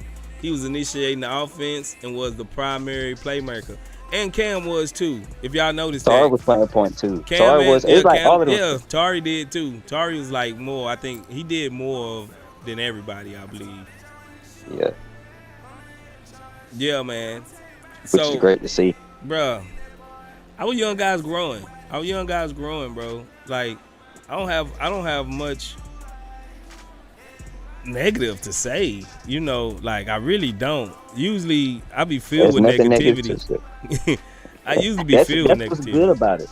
There's nothing negative to say right now. I can't find anything negative to say right now. Yeah, all the young dudes showed out today, like Tari, Jabari, and Cam. Mm-hmm. Showed out. If anybody else want to come up, man, I posted the link in the chat. Come on up and holler at your boy. We probably shut this down in about 30 minutes. So if you got a take, come on up. Everybody's welcome. Come on up. Get your take off. So, yeah, that's how we do it at the Chop Shop. Yeah, man. So, moving right along. I know we go over this a lot. But as far as the regular season, it do look like, because Ime Udoka, he always says he's been preaching that if we're going to really take that leap, it's going to be from the guys that's been here already. Like the vets are going to come in and, you know, stable the ship. But if we really going to take that leap, it's going to come from internal growth. And as far as I'm looking, bro, everybody that, well, at least Tari and Jabari, they got better. And if I'm assuming that Şengün got better, Jalen Green got better, and you know, those, especially those four, Şengün, Jalen Green, Tari, Jabari, if those four got better, we could probably scratch that play in. Yeah, I think we'll be knocking at the door. I feel like we'll be knocking at the door. Play-in mix is the goal for this year. Like, if that happens, at least we know we're on the right track. Yep. Then maybe we can get some people that actually want to come play here. Yeah. Instead of having to pay Dylan Brooks, what was it, $90 million? Yeah. Yeah, with incentives, $80 million. It can balloon up to 90 with incentives, bro. Man, don't give him no more. Yeah, that's enough. 80 million is enough. That was too Well, much in actually, the I think first it's place. more like 84. I think that's what the number come out to be. Yeah, I Like think it was 84 with 6 84. million in incentives. I'm like, Yeah, oh 6 my million in god. incentives. I would have gave him 50 million. I would told him to kick rocks. Now, I would say this in a vacuum, an elite, because he made second team all NBA defensively last year. In the grand scheme of things, 20 million a year isn't that bad, really, for a 3-and-D wing guy that brings that level of defensive play to the game. 20 million a year, that's not that bad. You don't Well, think I that's a think it little is. bit still overpriced? No, Even I then, don't. though. I'm not saying he's not overpriced. I think I would still will be up to giving him 20 million a year, but more like a 3-year deal, like 60 million. You know, it's the 4th year guaranteed, all guaranteed. It's really just is what really is kind of uneasy about. That's unsettling about his contract. But I think what he brings to the table, especially defensively, and we're paying for leadership too. That's kind of on par with elite all NBA players that's on that level. I just think the years of and all of them guaranteed. That's the the fly in the ointment, or so to say. That's what's I think is hanging a lot of people up. That is all guaranteed. So all guaranteed, that means no matter how he plays, he's gonna get that money, and he's still gonna be on the team. So we're gonna have to deal with Dylan Brooks, whether good or bad, for at least 4 years. And we can't trade him. I mean, every we didn't give him a no trade clause, so every contract is tradable. If we can get off from under, Chris Paul contract, but look what it took to get off from under it. Oh my god, that Chris Paul trade was so bad. It was bad, and I'm not gonna lie. This contract is almost neck to neck, considering that we gave up draft picks and everything and 2 young prospects to fit him under the cap to get him here. We didn't directly trade them to OKC or nobody like that, but the residuals of trying to get him under the cap to get here, we gave up a lot, bro. We gave up a lot. Sheezy, what happened, Sheezy? You pressed the wrong button? No, I don't know. My damn app closed out. So. Oh, okay. What you was saying, Sigga? I was like, was there competitive offers for Dylan Brooks? Because why did Stone have to give him that fourth year to guarantee to secure him? Yeah, man. I think if I'm remembering right, memory serves me correctly, I do believe the Lakers was in the hunt for him, and I think Milwaukee or one of those East Coast teams was trying to get him, was courting him at the same time. So we don't know. I don't know what they offered him. Maybe they just drove the price up, to where we had to either match them, and I don't know if they had real intentions on getting them, because the Lakers was running thin on money already, and then you had the Bucks. Chris Middleton had already opted in to like a $40 million contract. Then they brought back Brook Lopez with like a $20 million contract per year. So I'm not sure if any one of those teams could have drove up the price too much, but it just goes to show that Stone, when it comes to negotiating and doing this free agency, he's lackluster at it. He's not the best at it. Now, I would think after 3 years of being in the trade market or being in the free agent market, you would know how to navigate, and you would know like the pitfalls and everything of not getting, of just being in the league and dealing with other GMs as sharks. And when they smell blood in the water, they're going to go for it. But it seems like he's not learning from his mistakes. It's like he's getting worse. And that's one of the things that was really, that me and Frank have always had negative viewpoints on when it comes to Stone. So that's the fringes, man. The fringes, when you in a rebuild and you trying to collect assets, you can't just waste assets, especially assets that you spent, first round picks on and stuff like that. It all comes back to bite you in the end. You feel me? So Stone gonna have to do a little bit better with his free agency, his pitching deals, or his contract negotiations. They say he was a lawyer before this, but he must have been a sucky lawyer. That's why he picked basketball. Yeah, he must have been a sucky lawyer or something, bro, because he gets shafted. He must have went in like a public defender. He must was a county clerk or something. I don't know. I don't know, because he really don't know how to navigate. Daryl Morey was a little better than me.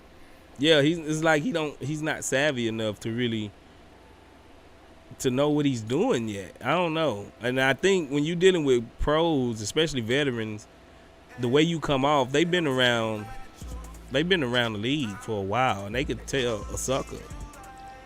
That's why Brook Lopez reneged, because Stone was a sucker. He didn't respect him enough to actually keep his word, because they said they basically thought they had him in the bag. And he didn't respect Stone enough to say, I'm going to keep my word and go to Houston. So, I don't know. He's a sucker, bro. He's like a, one of them chicks on this and that. He stay wide open. People just come in and smash and grab on Stone.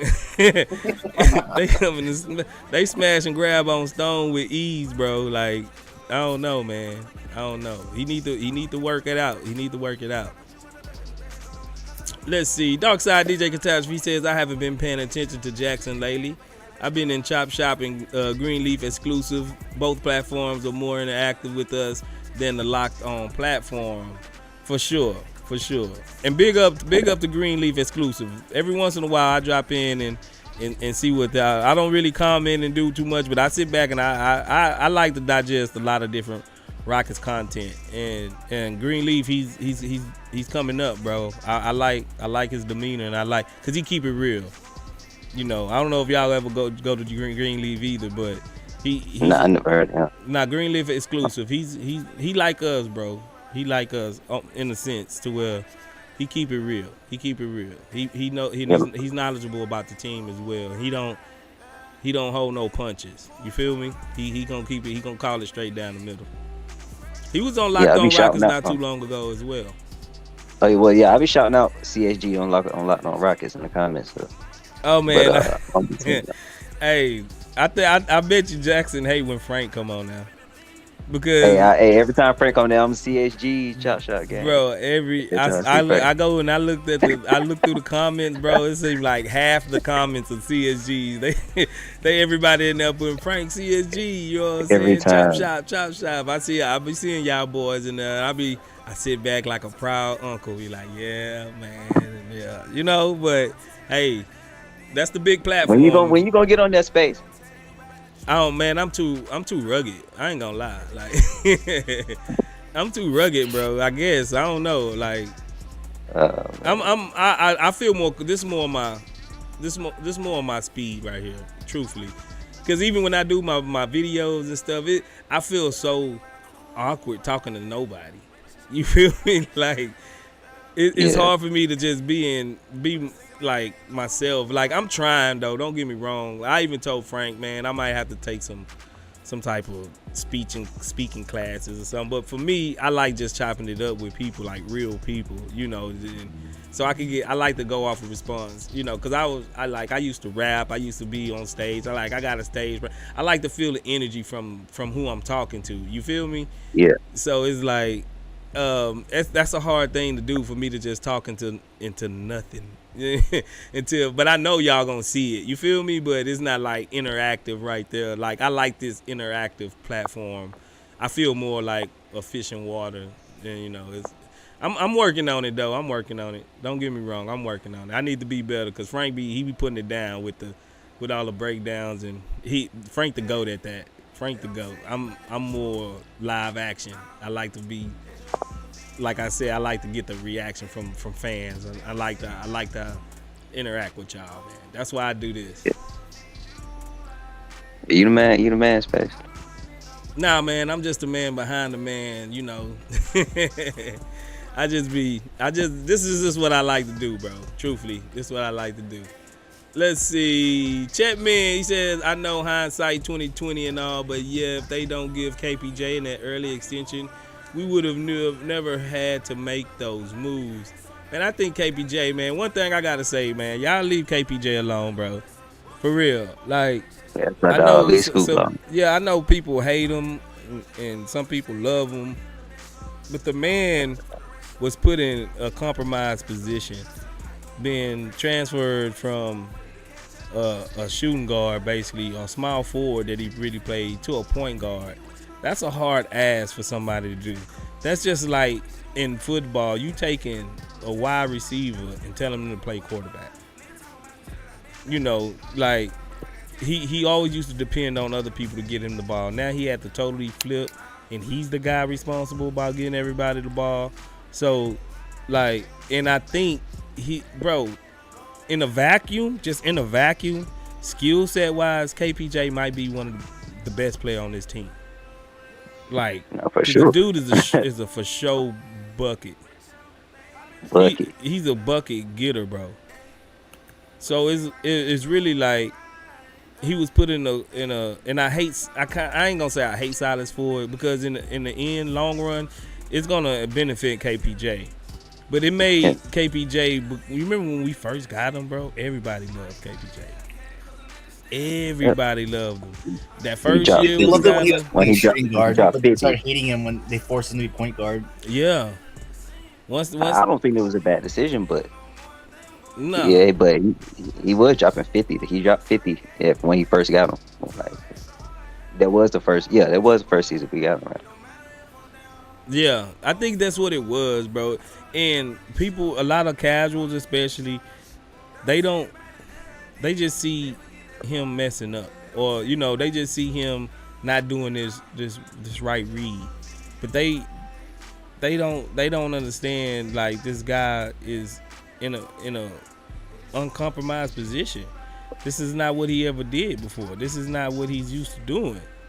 And for Silas to heap all of that on top of him, bro, it was kind of, I wouldn't say unfair, but it was kind of like they put him in the middle. He was like the child that get put in the middle of a mom and dad. You know what I'm saying? Like, like he don't know whether to do this or do that. Like, do I want to go inside with him or do? So it was like, bro, it was like kind of, yeah. It wasn't. I wouldn't say stupid, because eventually he learned some lessons from it. He did. Remember when he used to be a turnover machine? Yeah, he brought his turnovers down quite a bit. And we didn't have a vet. We didn't have a vet point guard to teach him how to play point guard either. So yeah, because they set John Wall the whole season, and really they should have been letting John Wall teach him, but they let him sit the whole season. Matter of fact, they made him come in. They didn't even want him in the organization. They made him just leave. Like, you come in, get your workout on, then you leave before the whole team comes. And that was that was bad on Houston, because you know how much money this man made sitting on the bench for us, man. That man made about $80 million. Yo, this man, he still had one of the highest contracts in the league, like, just sitting on the bench with us. Yeah, bro. That was. And then when he leaves, he's just talking crap about, like, oh yeah, the organization sucks. It's like, oh man. Yeah, John Wall, he don't rock with us. He don't rock with us no more. Like, he called us trash. He called us trash. Yeah, he ain't have to do that, bro. He ain't have to. Yeah. Hey, but that's how John Wall is, bro. Like, cause like John Wall, bro. I remember when so my brother played pro ball, and the year of the NBA lockout, we had the pro am here in Durham. Mm-hmm. Instead of it being out there at Duke, we had it at NCCU. So, uh, my brother, he was like top defender in the country. He played for Kansas State. And him and John Wall we were going there on the court. He's saying my brother can't guard him. My brother lock him up, stuff like that. So after the game, he over there signing he out there signing shirts, stuff like that. He wanted to sign my shirt. Oh, really? Yeah, yeah. John Wall was an ass. Like back when he was young, bro. He more humble now and stuff like that. But you see when he get on like an interview or something, he'll get back to kind of like his old days. But John Wall used to be an asshole. Really? That man was the cockiest asshole you could ever meet. Hey, I can see it. A lot of them guys are like that, though. Really, a He lot of had the them guys are song like that. John Wall. He had the Mm-hmm. whole song and everything was on radio. Yeah, cause he from up here too. I think he's from Raleigh though. Oh, he is. I didn't know that. I didn't know exactly like his hometown. I never knew where his hometown was at. Yeah, man. But hey, I guess it's prediction time. Do y'all want to give a prediction for? Let's just stick to like Jabari. Like we ain't gonna do the team. You know how many wins and losses. What do you think Jabari would average this season? What was his average last season? Like I think he was like 13 and 12, something. 13, somewhere up in there. Uh, Given that Alp might step it up 4 or 5 points. Jalen Green already is at 22, so he might. I get Jabari 15. Because you still got to get Jalen Green his points. You still got to get KPJ his points. Alp and Tar, the rest of them really for defense. So. And you got to remember. I think we're gonna be a lot Oh more. yeah, Van Vliet efficient. too. Yeah, I think we're gonna be a lot more efficient too than we was last year too. So Oh yeah, for sure. we won't be getting a lot of those long rebounds. They gonna be the opposite team gonna be getting them out the net. You know what I'm saying? So he probably won't need a whole lot of shots. Just like tonight, he played 28 minutes. He had 38. As long as he can be that, and then if he could get, because he drew fouls. He got to the foul line. He always made, I mean, he was always a good free throw shooter. But He need to work on his free throws though, but he still needs a little work on his free throws. a little Because bit. they're a little sketchy. But I think he only missed one tonight though. Yeah, tonight. But the Yeah. way he shoots them, it just looks like sometimes some of them is supposed to be bricks. But tonight he just hit them. But the other night, his free throw, he missed a few free throws that should have went in for real. But it's just like the way he gathers it and he shoots it, it just looks a little sketchy. Like if he fixes that a little bit, then I feel like he'll be just fine from the free throw line. But like needing him to hit critical free throws, it'll be sketchy to me. Just for right now. I think he'll average about, I'm gonna say 14 to 16 points on great efficiency.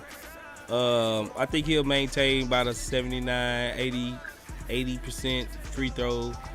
He probably average, I'm gonna say around 8 to 9 rebounds a game, and I'm not gonna expect him to get too many assists because we got guys that's gonna handle the ball. But I think he's gonna be more efficient than, because that last year that 13 that it was on poor efficiency. So he just being a little bit more efficient. I believe he's gonna tick up. I think he'd be about I'm gonna say 15 to 16 points a game, 8 rebounds. I give him a high of 17. Because Yeah, Alp averaged I think 15 like or 16 15. last season. Mm-hmm. So Alp might go up to 20. Right. I'm there with you guys. I'm gonna give him like 16 points per game, and I'd say like 10 rebounds. I think he can average a double-double. Yeah, very close. I feel like he'll be knocking right there at the double-double. I mean, I don't know if he's gonna be able to average 8 or 9 rebounds the whole season. I don't know. Now I'm more willing to put Tari at that double spot. I think Tari might average around 12, 13 points with 10. I'm gonna give him a solid 10 rebounds. He go and get them rebounds. Is that from his own misses? It could be because he does that a lot, don't he? A lot. He'll lay it up and he's like the first one back up, and he's easy put back. He stat pad like that, bro.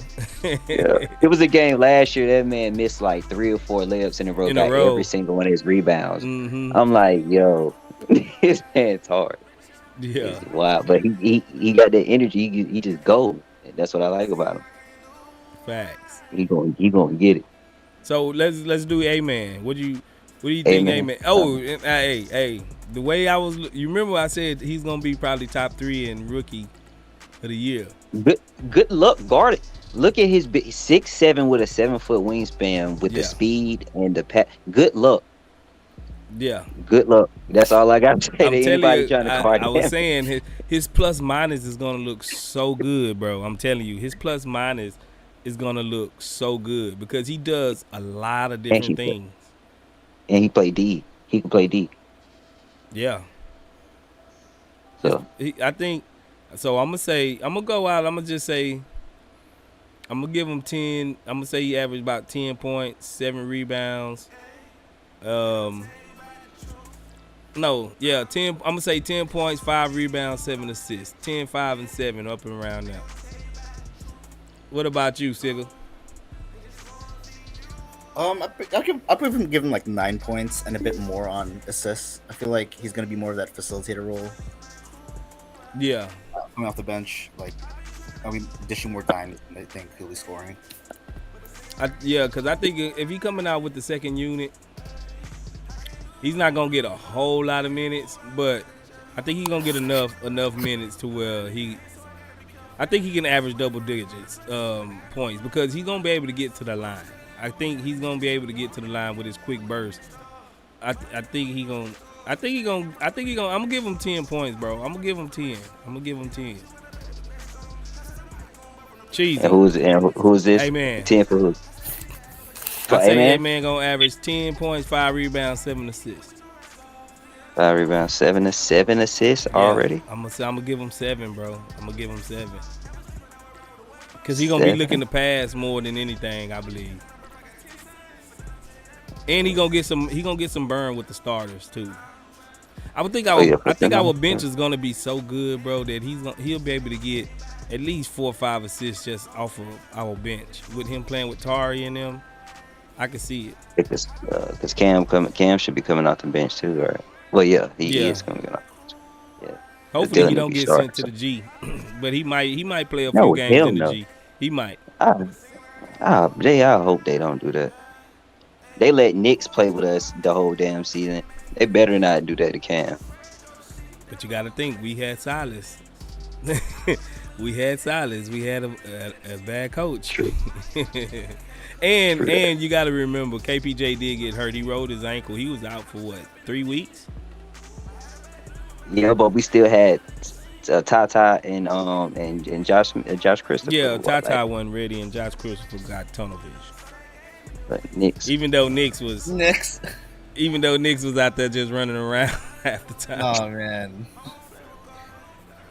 wasted roster spot, man. I'm glad he gone. I can't believe he got so many minutes. Yeah, especially after we traded Eric Gordon. That's when he really started getting minutes because you remember EG used to play that backup point guard role, and it used to make my eyes bleed when he played it. And he's not a bad man. It was not that bad, man. It was bad, bro. It was. Stop doing EG like that, bro. I'm gonna keep it real, bro. I'm gonna keep it real, man. I did not like EG point guard minutes. I liked it his wing minutes. I did not like his point guard minutes. I really didn't. I hated watching him run point guard, but not as much as I hated Knicks. I would rather still have point guard EG than point guard Knicks. This just makes me so happy that we have a real point guard now instead of having to rely on Knicks or Aaron Gordon. We got two real. We got 2 now, yeah. Oh man, We went basically from none to 2. Yeah, a 6'7", 7-foot wingspan point guard. It's crazy because he's probably going to get taller. He might get, like I said, he might get another half inch taller. Because Jabari, they said he got another inch from last season. So Yeah. So let's do Shangoon. What's Shangoon averaging? Shangoon, LP, I'm giving LP his 20 and 10 season this year, man. Oh, you think he getting 20? I'm gonna give him his 20 and 10. As a If not, starter, I'd see him he's getting about 18. not high as 20. I'd give him 18. I'm gonna give him the lowest at 18. My highest, I'm gonna give him 20. I'm gonna give him 17. I'm gonna give him 17, either 17 and 8, 17 and 9, somewhere up in there. I think I'm gonna give him. LP. Yeah, I'm gonna give him 17 and 9. LP If he shoot 30% from three this year, I give him his with 28 five at 20. with 5 assists. He gonna average about 5 or 6 assists. 5 or 6. Oh yeah, for sure. Yeah, LP is. I want him to. Well, yeah. Because he gonna have a couple triple doubles. He gonna have a couple triple doubles. Yeah, Probably two. Probably he two might or have three. a few. Because if this team is what we think it'll be, because he got some triple doubles last year on that when we was trash. He got like I think 3 or 4 of them, and now this year we got some dogs with him. He might get a few triple doubles. He might get. I'm gonna say he gets 5 to 6 triple doubles this year. LP gonna be so LP gonna be all-star. No, I don't think he's gonna make the All-Star. You don't think not yet? Not yet. I don't think he's an All-Star yet. I think Well, we'll he's. see. If the Rockets start winning, he'll start getting All-Star votes. Yeah, I was about to say if we were winning and with Ime, man, he shoot. Now he might get a MIP. He might get a Most Improved. I can see that He happen. should have. I wanted him to get most improved last year, but I kind of wanted KPJ to get it last year. I don't know why. over LP. Yeah, I did. I wanted because he was actually in the running. He was actually in the running for MIP predicted in the start of the season. I think he was like number 6. Like he had the 6th best odds to be the most improved player. But when he got hurt and went down, and then the tanking just started going bad. It didn't help him in his case because he actually put up way better numbers than he did the year before. His assist to turnover ratio came down and everything. Yeah, him and Jalen Green started the season off real good.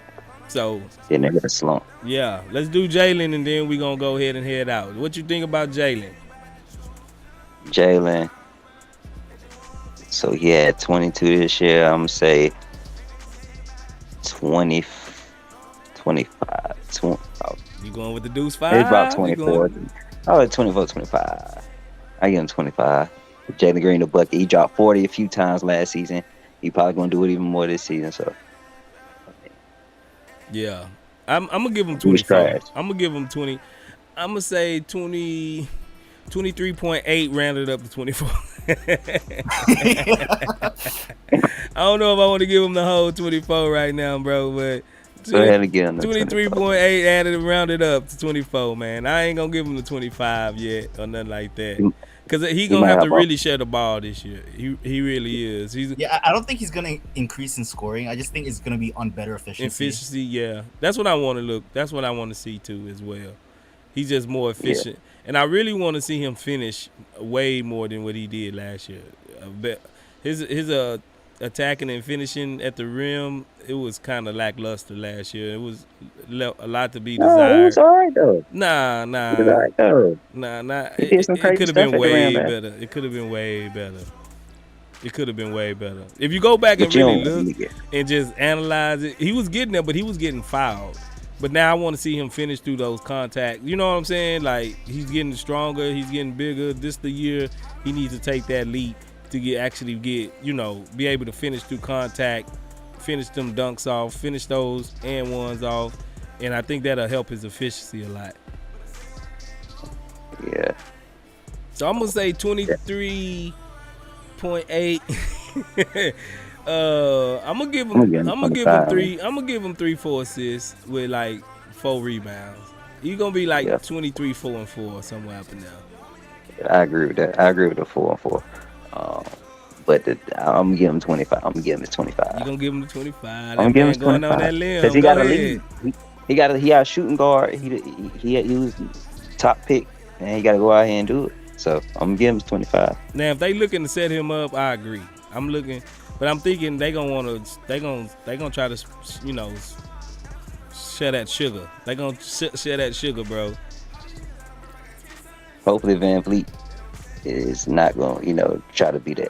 I want Jalen Green to be. If we're gonna have that main score, I want it to be Jalen Green. I don't want Van Vliet to try to go out there and be that. Now, because if I Van want that. Vliet, with him being so short, it's gonna be hard for him to be real efficient. Truthfully, He's gonna be shooting threes. He gonna be. I think threes. He'll be efficient, and I think that's what we need from him is an efficient 3-point shooter. So yeah. What do you think, Sigga? What did he average? He averaged last 22 last year. I think he's gonna stay consistent, but just on better efficiency. So 22. Okay. Oh yeah, you did say that. You did say that. Yeah. You 22. did say that. Dang, you gonna keep him at 22? It's crazy. But he's gonna be better efficiency. He's gonna have a very, So I think what was his true shooting last year? Like 48, 40. I think it was 48 below ain't even that bad. 50%. If I'm not mistaken, maybe I'm wrong. Oh, true shooting. True shooting, it probably was. So if he can get up to like a 55, 57 average true shooting percentage, I think it'll go a long way. It'll go a long way for him. That's what JG get buckets.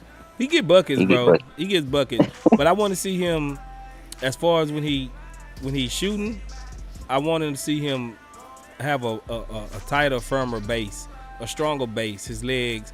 Because sometimes you don't remember last year, he kind of like, he got called for a lot of like kicking his legs out and all of that with that technical, like how he used to get the offensive fouls from kicking his legs out from his legs that's flailing around and doing different things. I want to see him. No, one time wasn't his fault, but it was one game where it really wasn't his fault. It was really shooting the ball. But I think I remember what game you talk about. I think it was maybe a New Orleans game or something like that. Yeah, but he did started kicking and flailing his legs a lot, bro. So I want to see him have a tighter, firmer, wider base, stronger base, come up, shoot, get his shoulders square more, shoot it good. You know what I'm saying? Be more efficient in that way. Because with that leaning and going back, like he used to shoot some ugly 3-pointer shots, bro. He really did. He could have averaged more this year. I mean, last year if he didn't. He missed a lot of wide open threes last year too. Yeah, so it's because he didn't used to get set. Like, he used to want to drift a little bit, shooting them or running and shooting them a little bit, coming off like downhill, and he'll just stop and like lean, like jump and lean, and like he need to get all that ugly body, form out of it. But when he's trying to be like KPJ, I say trying to be like KPJ. Yeah, but KPJ he can do that. Like we've seen him do that. He can actually do that. Speaking of, what do you think KPJ gonna average coming off the bench this year though? So he is officially coming off the bench. Pretty much. I don't see him starting. Well, yeah, he wouldn't be. He wouldn't be able to start. Somebody wouldn't be able to. Yeah. Because if Van Vliet starting, who's gonna be Jalen Green or KPJ? Like you got to choose one. So yeah. Yeah, I think naturally he got to go to the bench. Naturally. All right, off the bench. If he can give us the same. I think he averaged 16 last season. So if he can give us a strong 15, 16 off the bench, that's more than enough for me. Even though we know he can average more than that, but 15 sounds good. 16. I'm gonna actually give him about 18 because he's gonna be one of the most bucket getters on the second squad, the ones that can actually break it down, and it won't be that big of a problem. I don't know if he get like a hot streak and he just take over, because we done seen him once he put 2 or 3 together, he can reel them off, and I think he probably will have a little bit more opportunities coming off the bench than. Because I think he's coming off the bench, he will be that go-to scorer off the bench. So Yeah. I think he'll have a little bit more leeway, and I think he can average about 18. I'm gonna give him 18, bro. I swear. And then he gonna be in it this year. He will be in the running for MIP. I think. Sigga, what you got? Over Jabari? Oh yeah, Most improved player. I give him like 15 off the bench, or You give him 15? Yeah. Okay. I'm just thinking that I think he gonna cook off the bench, bro. I really do. Honestly, when you think about it, you might actually be right because he gonna be our shooting guard off the bench, and he gonna be playing behind. I mean, it's gonna be him, Amen, probably Cam Whitmore, Tari, and whatever center we gonna have right there. So that main bucket getter when Jalen Green sitting down, and Van Vliet, of course, not in the game. Yeah, it's gonna be KPJ gonna be able to have his reign to do whatever he wants to. We shouldn't see him get mad. People ain't passing him the ball and him standing way off with his hands on his hip. Hopefully, we're gonna see that this year because that's another reason why people don't like him. Yeah, doing stuff like that. Mm-hmm. Yeah. Yeah. Well, I'm excited, fellas. It's getting late. It's almost 12, man. We been in here chopping it up a minute, man. Appreciate my boy Sigga Miggs, my boy Sheezy coming up, chopping in with the Chop Shop, man. You know how we do it. Y'all hit that like button if y'all haven't already, but I know y'all hit that like button already. I know y'all did that because I did. Nah, I'm talking to the chat. I know they I know they hit the like button, right, chat? I'm looking at y'all, chat. I'm looking at you. I know y'all hit the like button. So hit that like button, man. Come and chop it up with the Chop Shop again, bro. Love doing these post-game things. Man, we 2-0, baby. Put 2-0 in the chat. Throw up them damn H's, bro. We in the building. CSG, we all we got, man. We fit to ride out. Talk to them, Quan. You know how we do it. Let's go. All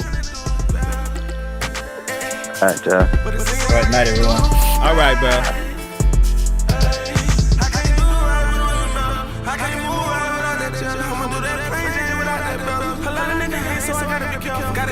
What up, New Breed? What's good?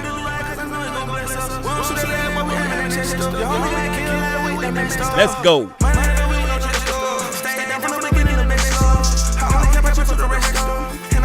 2-0 Houston Rockets, baby.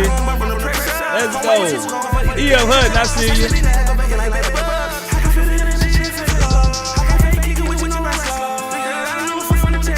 CSG, we all we got, baby.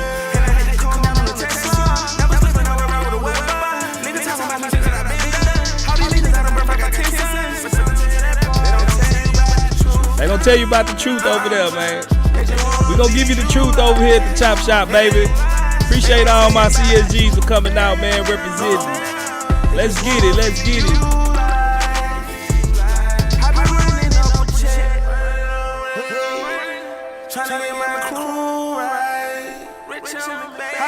Let's go. Let's make it 3-0. Let's make it 3-0. Let's get to this championship, baby.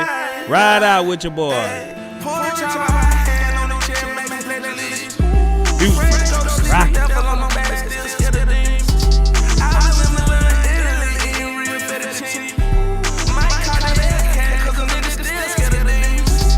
Let's go. Check out the merch, man. Check out the merch.